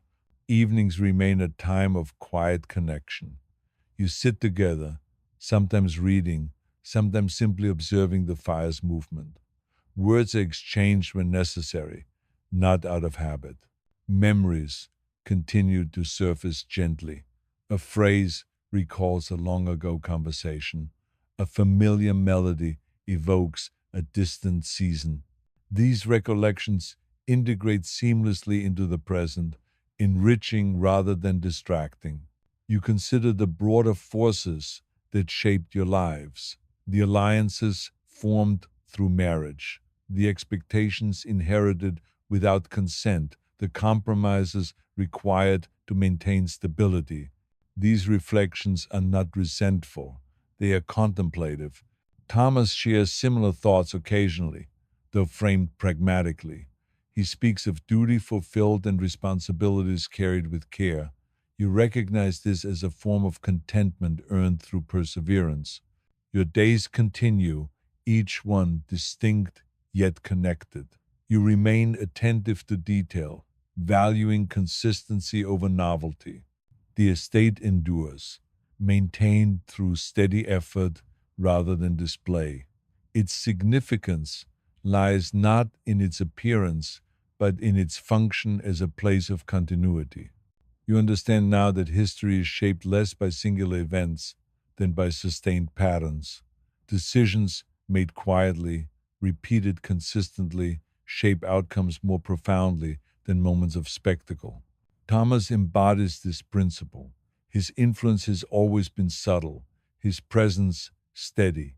He does not seek recognition, yet his impact is undeniable. You move forward together, aware of limitations but confident in shared understanding. You do not rush toward conclusions or dwell on endings. You allow life to proceed at its own pace. The bond between you remains the central constant, defined by mutual respect, sustained through habit and intention. As time continues its steady course, you remain present, attentive, grounded. The story advances naturally, shaped by continuity rather than repetition, unfolding steadily without looping back, carrying forward the accumulated weight and quiet meaning of a life lived deliberately within its time. The years that follow slip by in a way that would have surprised your younger self, not rushing exactly, but folding gently into one another like well worn pages of a book that has been read many times before. The children grow, not in dramatic leaps, but in steady increments measured by hem lengths, shoe sizes, and the slow deepening of voices. Charlotte loses her round baby softness and becomes sharp eyed and observant, a child who notices everything and asks questions that make visiting relatives slightly uncomfortable. James develops a seriousness that reminds you increasingly of Thomas, though it's softened by an unexpected fondness for animals and an alarming tendency to rescue injured birds and attempt to nurse them back to health in the pantry. Mary remains the wild card, quick to laugh, quicker to cry, and entirely uninterested in doing anything in the order suggested to her. The house adjusts itself around these evolving personalities. Furniture is moved, routines are revised, and the servants learn which child is most likely to attempt escape during dressing and which one must never be left alone near ink bottles. Thomas continues his work with the same steady diligence that first attracted you to him, rising early, returning at predictable hours, bringing with him the faint smell of the city and a mind still half occupied with correspondence and committees. You learn to read his moods in small ways, the looseness of his tie, the speed with which he eats, the way he pauses before speaking when something has troubled him during the day. Marriage, you discover, is not built from grand declarations, but from this quiet attentiveness, from noticing without demanding explanation, from offering comfort without making a performance of it. Your own writing expands gradually, first accepted cautiously by editors who seem unsure what to make of your voice, then with increasing enthusiasm as readers respond to the practical tone and underlying empathy that runs through your work. You never set out to be bold, but your insistence that women's domestic labor requires intelligence, planning, and respect begins to draw attention. Some praise you warmly. Others suggest, with polite disapproval, that you are encouraging ideas better left unexamined. You learn to accept both reactions with equal calm. The social obligations increase as Thomas's position becomes more visible. There are more dinners, more committees, more charitable events that require careful navigation between genuine help and the appearance of propriety. You become skilled at these negotiations, understanding instinctively which battles matter and which are best avoided. There are moments of strain, of course. Even the most compatible partnership contains its small fractures. You argue occasionally about money, about the children's education, about how much of yourself you're allowed to give to work that does not directly benefit the household. These disagreements rarely explode. They settle into long conversations held late at night, voices kept low out of habit, even when the children are asleep. Thomas listens. You insist. Compromises are reached not because one of you surrenders, but because neither of you believes winning is more important than understanding. Time brings losses as well as growth. Mrs. Davies passes quietly one winter after a brief illness, leaving behind a silence that feels larger than her physical absence. She had been present for so many moments of your early marriage that the house seems uncertain how to function without her steady authority. You mourn her sincerely, and Thomas arranges for her niece Sarah, now grown and competent, to assume greater responsibility. The household continues, ordered but intact, as households must. Your parents age in ways that are both subtle and unmistakable. Your mother's energy fades first, her opinions remaining sharp long after her body begins to fail her. Your father grows gentler, more reflective, surprising you occasionally with uncharacteristic displays of affection. You make the journey to see them more frequently, aware now of how limited such opportunities truly are. When they eventually pass, years apart, the grief is heavy but not destabilizing. They lived full lives. They saw you settled and content. There is comfort in that. The children reach adolescence with all the awkwardness and intensity such a phase inevitably brings. Charlotte begins to push gently against expectations, not rebelling outright, but questioning with persistence that makes it clear she will not be easily guided into a life she does not choose for herself. You recognize yourself in her and feel a complicated mix of pride and concern. James retreats inward for a time, struggling to reconcile his thoughtful nature with a world that often rewards louder confidence. Thomas takes him on long walks, speaking little, allowing space rather than demanding explanation. Mary sails through these years with reckless charm, somehow avoiding the worst of trouble while skirting its edges often enough to keep everyone else alert. Courtship enters your home again, this time from the other side. Suitors appear with varying degrees of suitability and sincerity. You find yourself assessing young men with the same careful attention once applied to Thomas, aware of how much and how little can truly be known during supervised visits and formal conversations. Charlotte eventually chooses a path that surprises no one who has ever listened closely to her. She marries a man who respects her intellect and is entirely unthreatened by it. Their partnership looks different from yours, shaped by a slightly shifting world, but the underlying principles feel familiar. James follows more slowly, eventually settling into a life of quiet purpose that brings him steady satisfaction rather than acclaim. Mary's future remains uncertain longer than anyone expects. But when it arrives, it does so decisively, as if she had always known exactly where she was going and simply waited for the right moment to say so. Through it all, you and Thomas remain at the center of a gradually expanding family, hosting gatherings that grow louder and more crowded with each passing year. The house fills with grandchildren, with the chaos of multiple generations overlapping briefly before separating again. You watch Thomas with these younger children and feel again the quiet confirmation of a choice well made. He moves more slowly now. His hair thins and grays.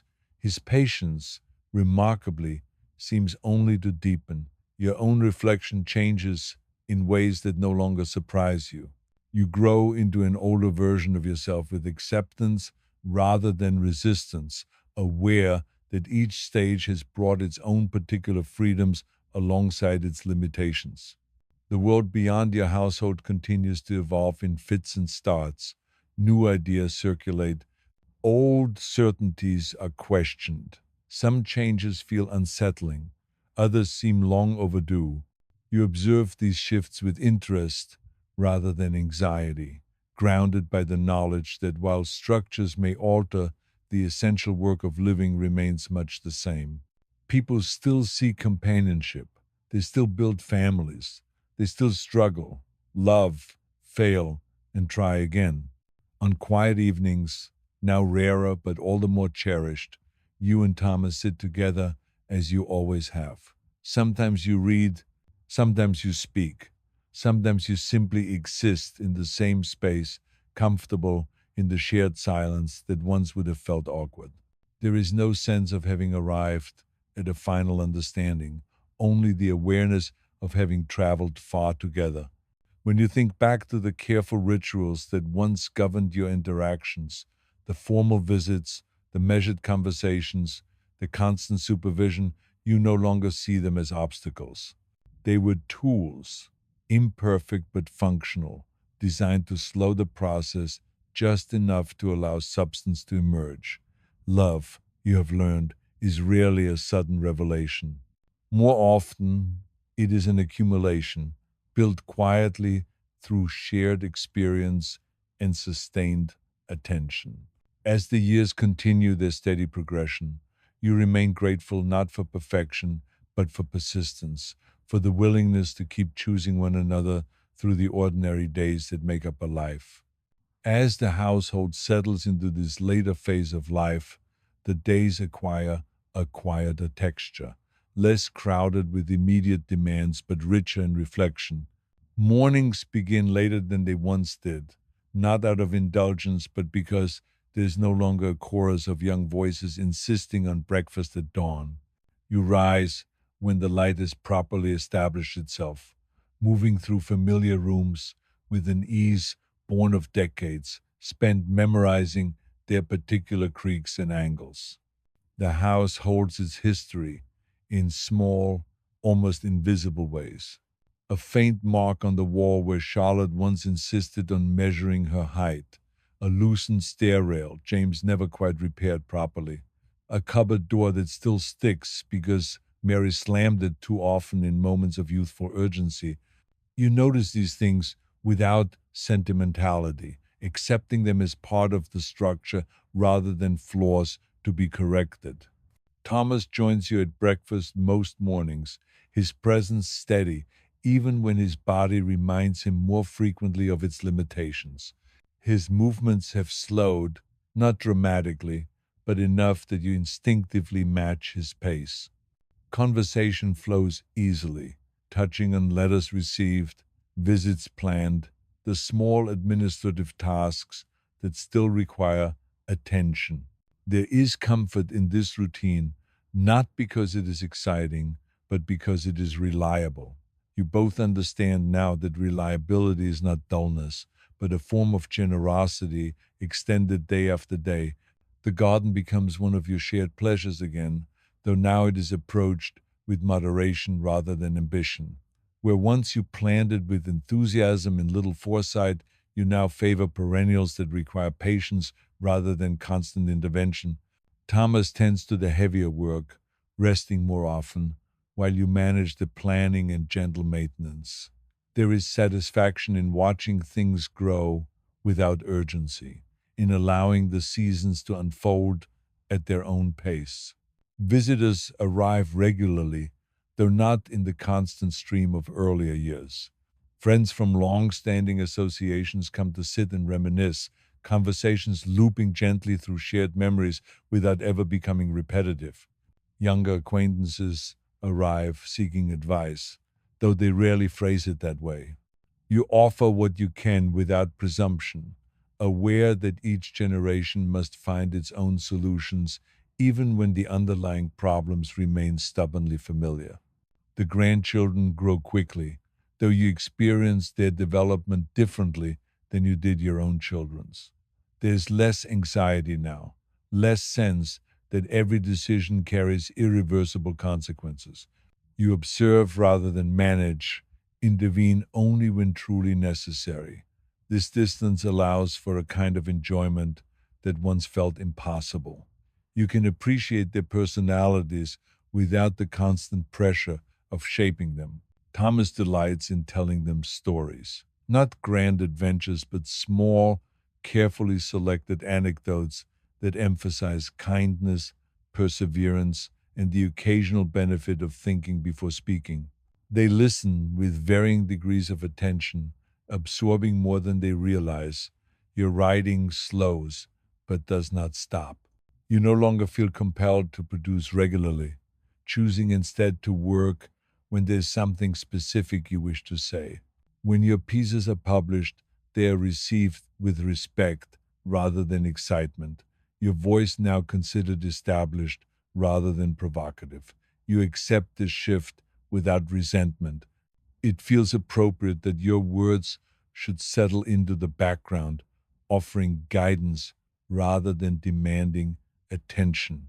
Letters arrive from readers who have followed your work for years, sharing how it accompanied them through marriages, births, losses. You respond selectively, aware of your own limits, but appreciative of the quiet connections formed through shared experience. Thomas gradually withdraws from public obligations, stepping back from committees and boards with polite finality.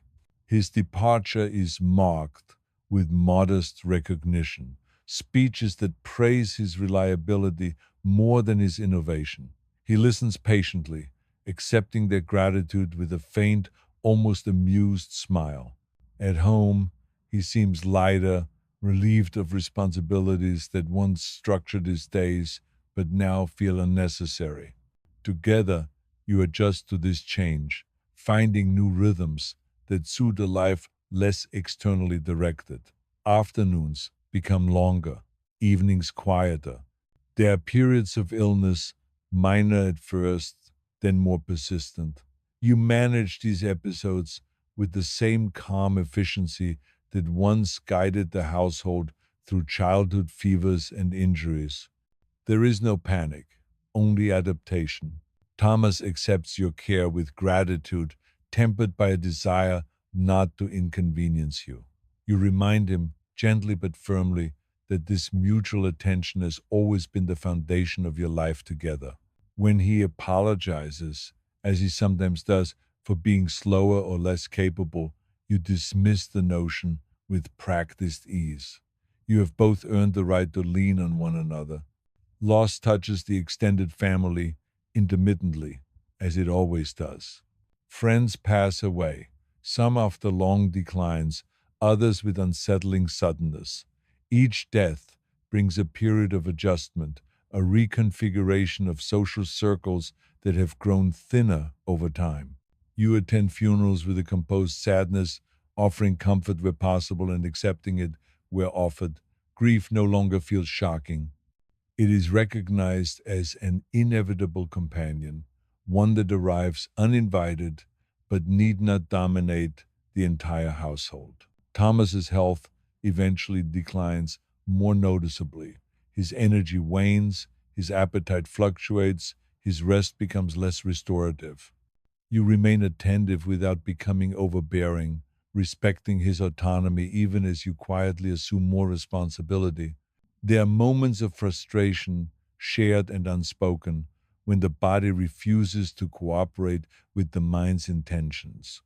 You navigate these moments with patience, allowing space for irritation without letting it harden into resentment. Conversations deepen, though they grow less frequent. You speak now of the past with clarity rather than nostalgia, acknowledging mistakes alongside successes. Thomas reflects openly on choices made and paths not taken, not with regret but with curiosity. You listen, adding your own recollections, sometimes correcting his memory, sometimes allowing it to remain unchallenged. There is no need for precision. The truth resides in the shared understanding rather than the specific details. Nights are quieter. Sleep comes more fitfully for both of you, interrupted by discomfort or wandering thoughts. When you wake, you often find Thomas awake as well, his breathing shallow but steady. You reach for his hand without speaking, the gesture requiring no explanation. In these moments, the years compress, and the distance between past and present feels negligible. The careful rituals that once governed your relationship seem impossibly distant now, replaced by an intimacy so ingrained it no longer registers as something separate from yourself. As time continues its steady progression, you remain anchored not by grand achievements or dramatic events, but by the accumulation of ordinary days lived with consistency and care. The world beyond your immediate experience continues its slow evolution, but within the walls of your home, the fundamental patterns persist. Meals are prepared, letters are written, visitors arrive and depart, seasons change. You find comfort in this continuity, recognizing it as both a privilege and a responsibility. There is no sense of conclusion, only the awareness of ongoing participation in a process larger than any individual life. You move forward as you always have, attentive to the present moment, grounded by the past, and accepting of whatever comes next without anticipation or fear. The pace of life continues to soften as the years press onward, not collapsing into stillness but settling into something slower and more deliberate. Days are shaped less by obligation and more by inclination, though even inclination now is tempered by an honest assessment of energy and strength. You learn to plan with flexibility, to leave space for rest without labeling it as idleness. Thomas spends more time near the window in the afternoons, the light falling across his face as he reads or simply watches the quiet movement of the street beyond the garden wall. You sit nearby, often occupied with mending or correspondence, comfortable in the shared presence that no longer requires conversation to feel complete. There is an unspoken understanding that this closeness is not accidental but earned, the result of years spent choosing patience over urgency and listening over assertion.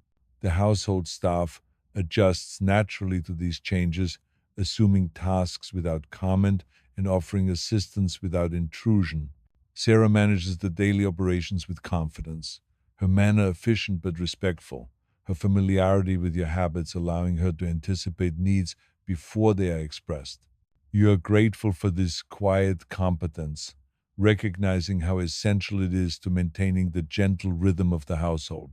Visits from the children occur regularly, though each arrives carrying the distinct imprint of their own lives. Charlotte brings her children, composed and thoughtful, observing you and Thomas with an attentiveness that mirrors your own form of vigilance.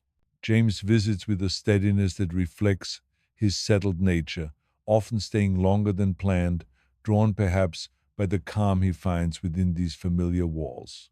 Mary arrives unpredictably, her energy unchanged by time, filling rooms with laughter and conversation that lingers even after she departs. You welcome each visit without comparison, appreciating them for what they are rather than what you imagined they should be. Holidays are simpler now, stripped of elaborate preparations and excessive expectations. Meals are modest but carefully prepared, gatherings intimate rather than impressive. You notice that these quieter celebrations bring a deeper satisfaction, allowing for genuine connection rather than performance. Thomas sits at the head of the table, less authoritative than he once appeared, but no less central. His presence anchors the gathering, his quiet observations often guiding conversation in subtle ways.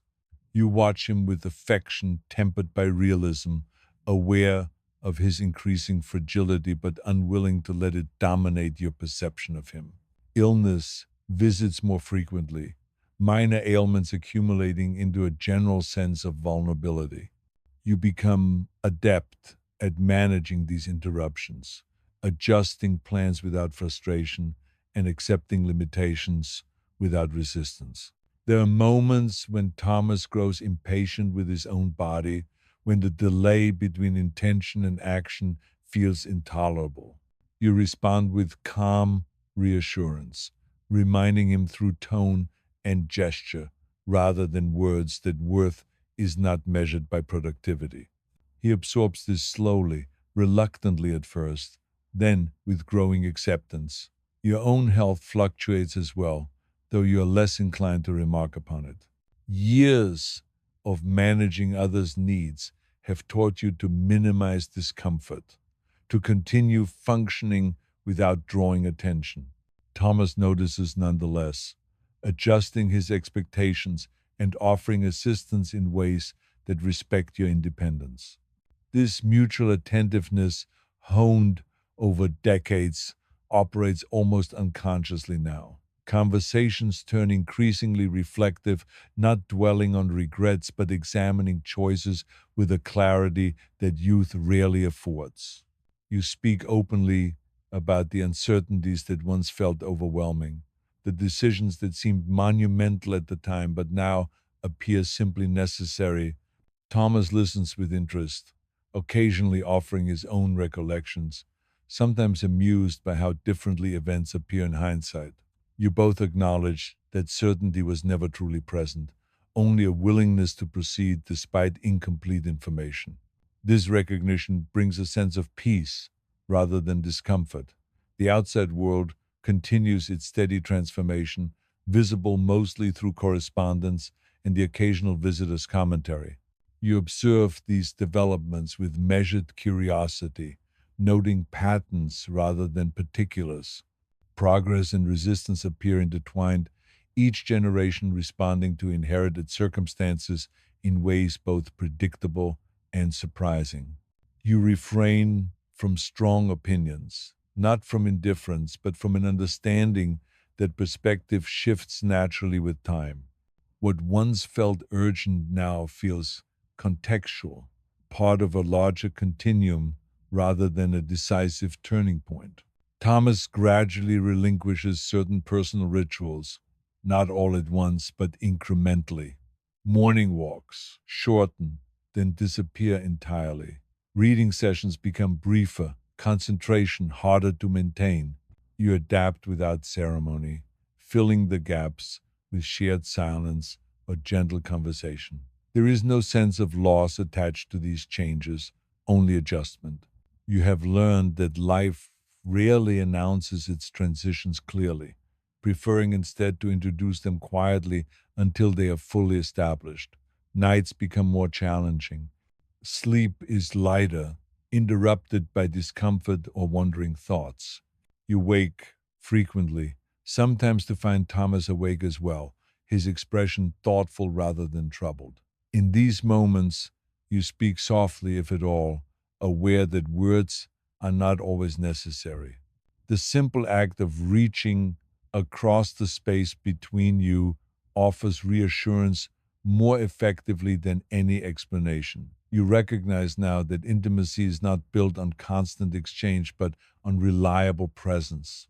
As seasons pass, the house itself seems to respond to your changing pace. Rooms once bustling with activity now rest more often in stillness. You choose to occupy fewer spaces, concentrating daily life around areas that feel most welcoming.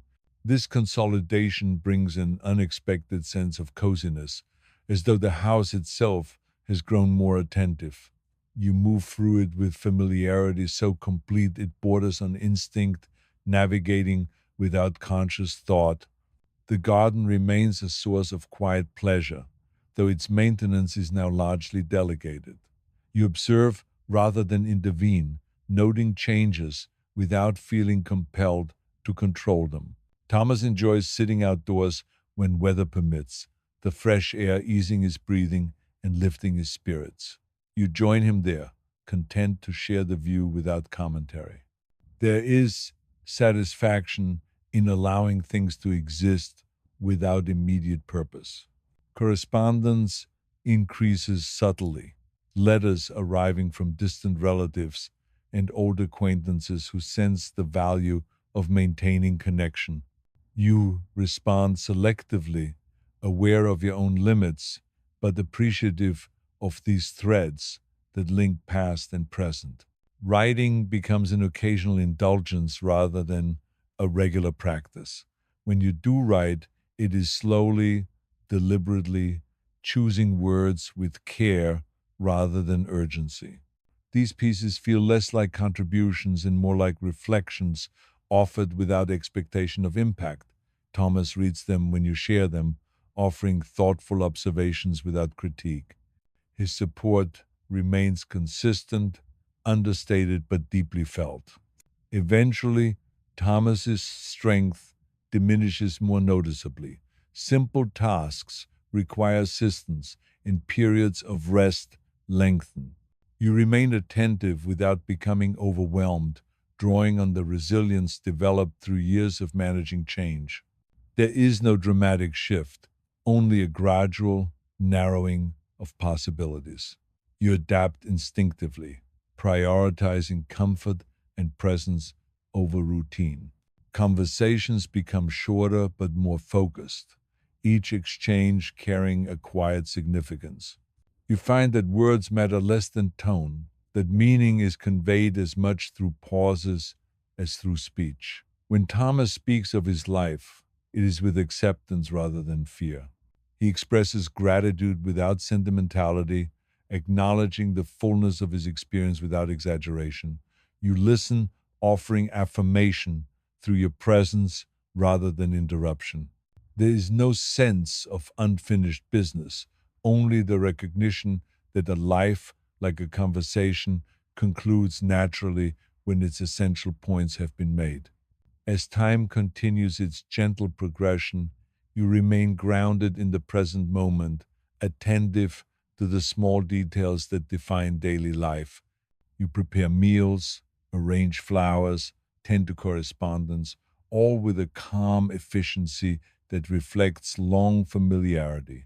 The future is no longer a source of anticipation or concern, existing instead as an abstract continuation beyond your immediate experience.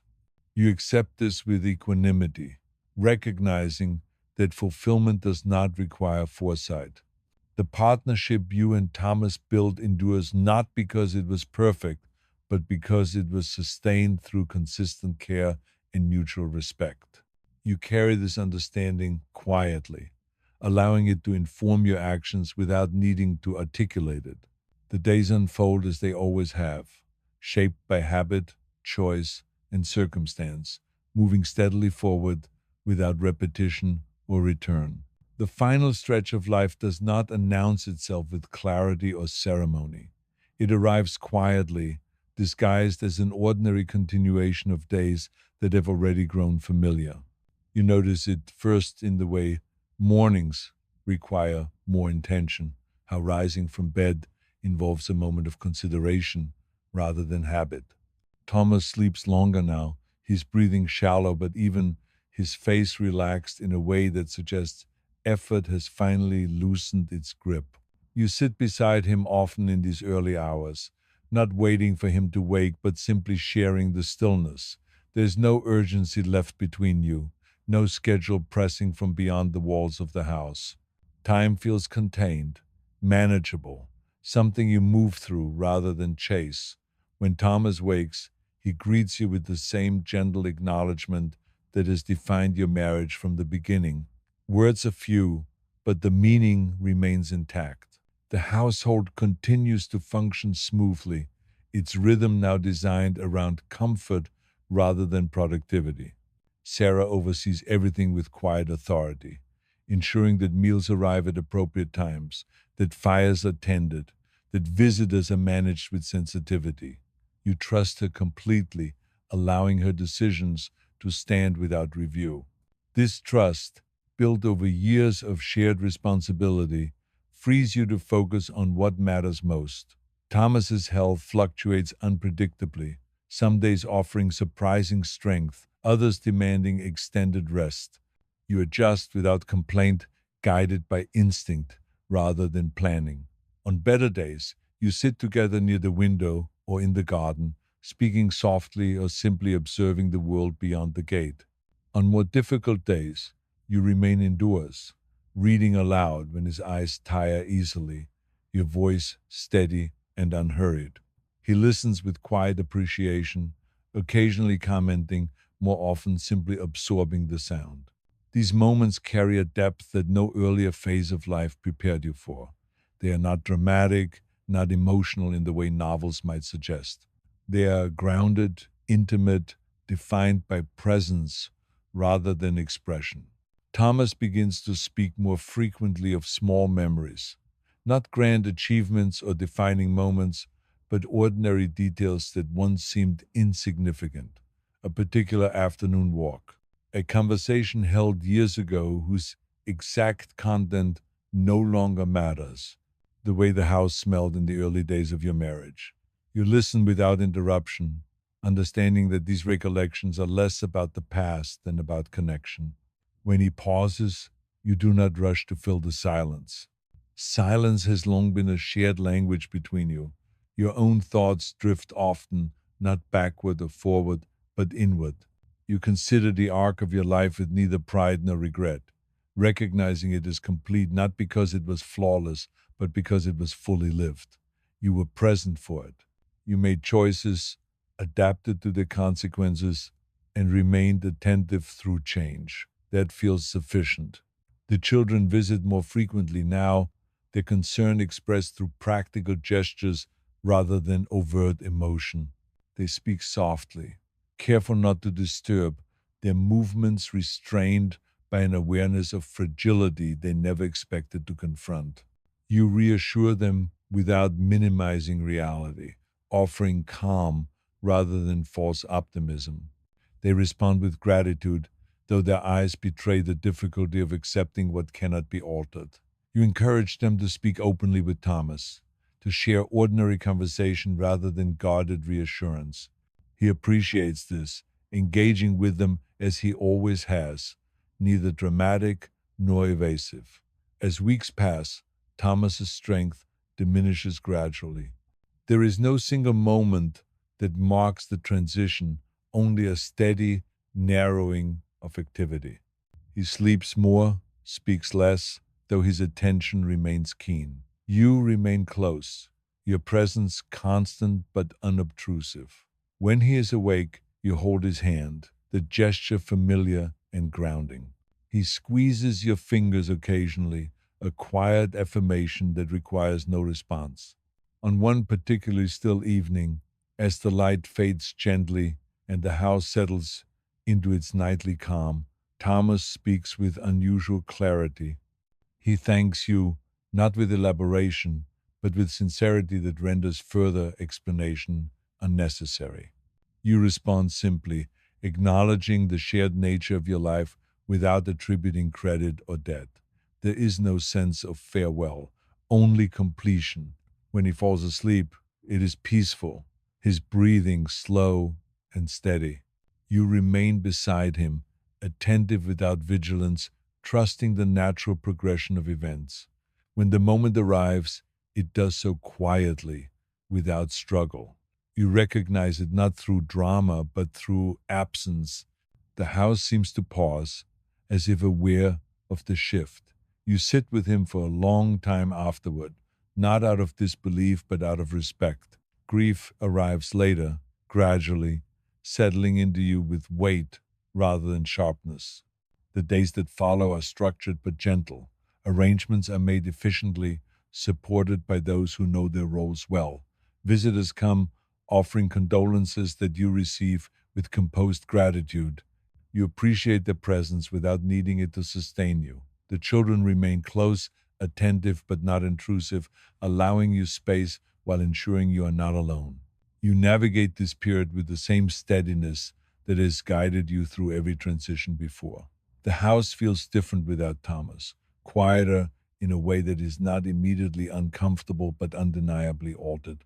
You move through rooms aware of his absence without being overwhelmed by it. His presence remains embedded in the space, in habits, in routines that continue naturally. You do not attempt to erase these traces.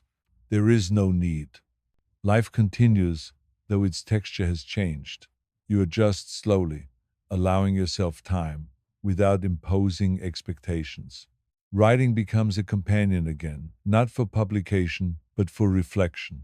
You write privately, not to analyze or memorialize, but to articulate thoughts that require shape. These writings are calm, measured, accepting. They help you orient yourself within a life that now belongs solely to you. The children encourage you to relocate, to simplify, but you resist gently. The house remains your home, its familiarity a source of stability rather than burden. You manage with support, delegating tasks as needed without relinquishing autonomy. Days settle into a new rhythm, quieter but not empty.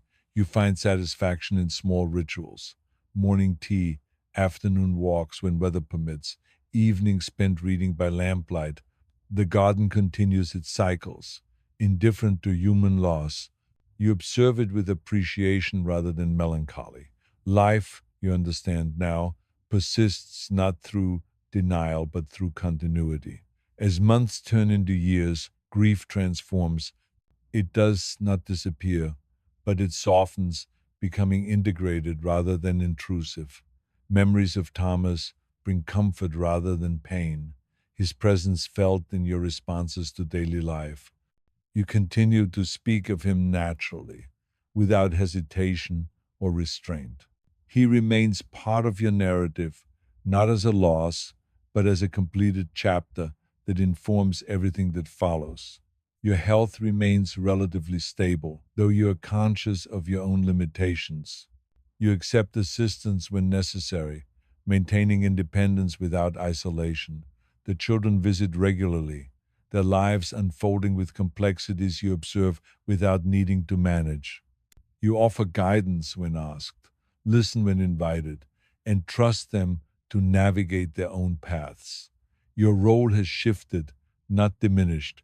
In quieter moments, you reflect on the social structures that shaped your life, the careful rituals and expectations that once governed every interaction. You see them now with clarity, neither condemning nor idealizing. They were tools of their time, imperfect but purposeful, providing a framework within which trust could develop slowly. Within those constraints, you build something lasting, not through rebellion or compliance, but through thoughtful engagement. As your own days shorten, you remain grounded in the present, attentive to what remains rather than what has passed. There is no sense of unfinished business, only the quiet satisfaction of having lived deliberately. When sleep comes more often, you welcome it without resistance. Rest feels earned, appropriate. On your final evening, the house is quiet, the familiar sounds softened by distance. You lie in bed, comfortable, unafraid. Thoughts drift gently, not toward the future or the past, but toward a sense of completeness that requires no explanation. The life you live does not demand summary or conclusion. It exists in its entirety, whole and sufficient. When sleep takes you, it does so gently, without interruption. The story does not end abruptly. It settles, like everything else has, into stillness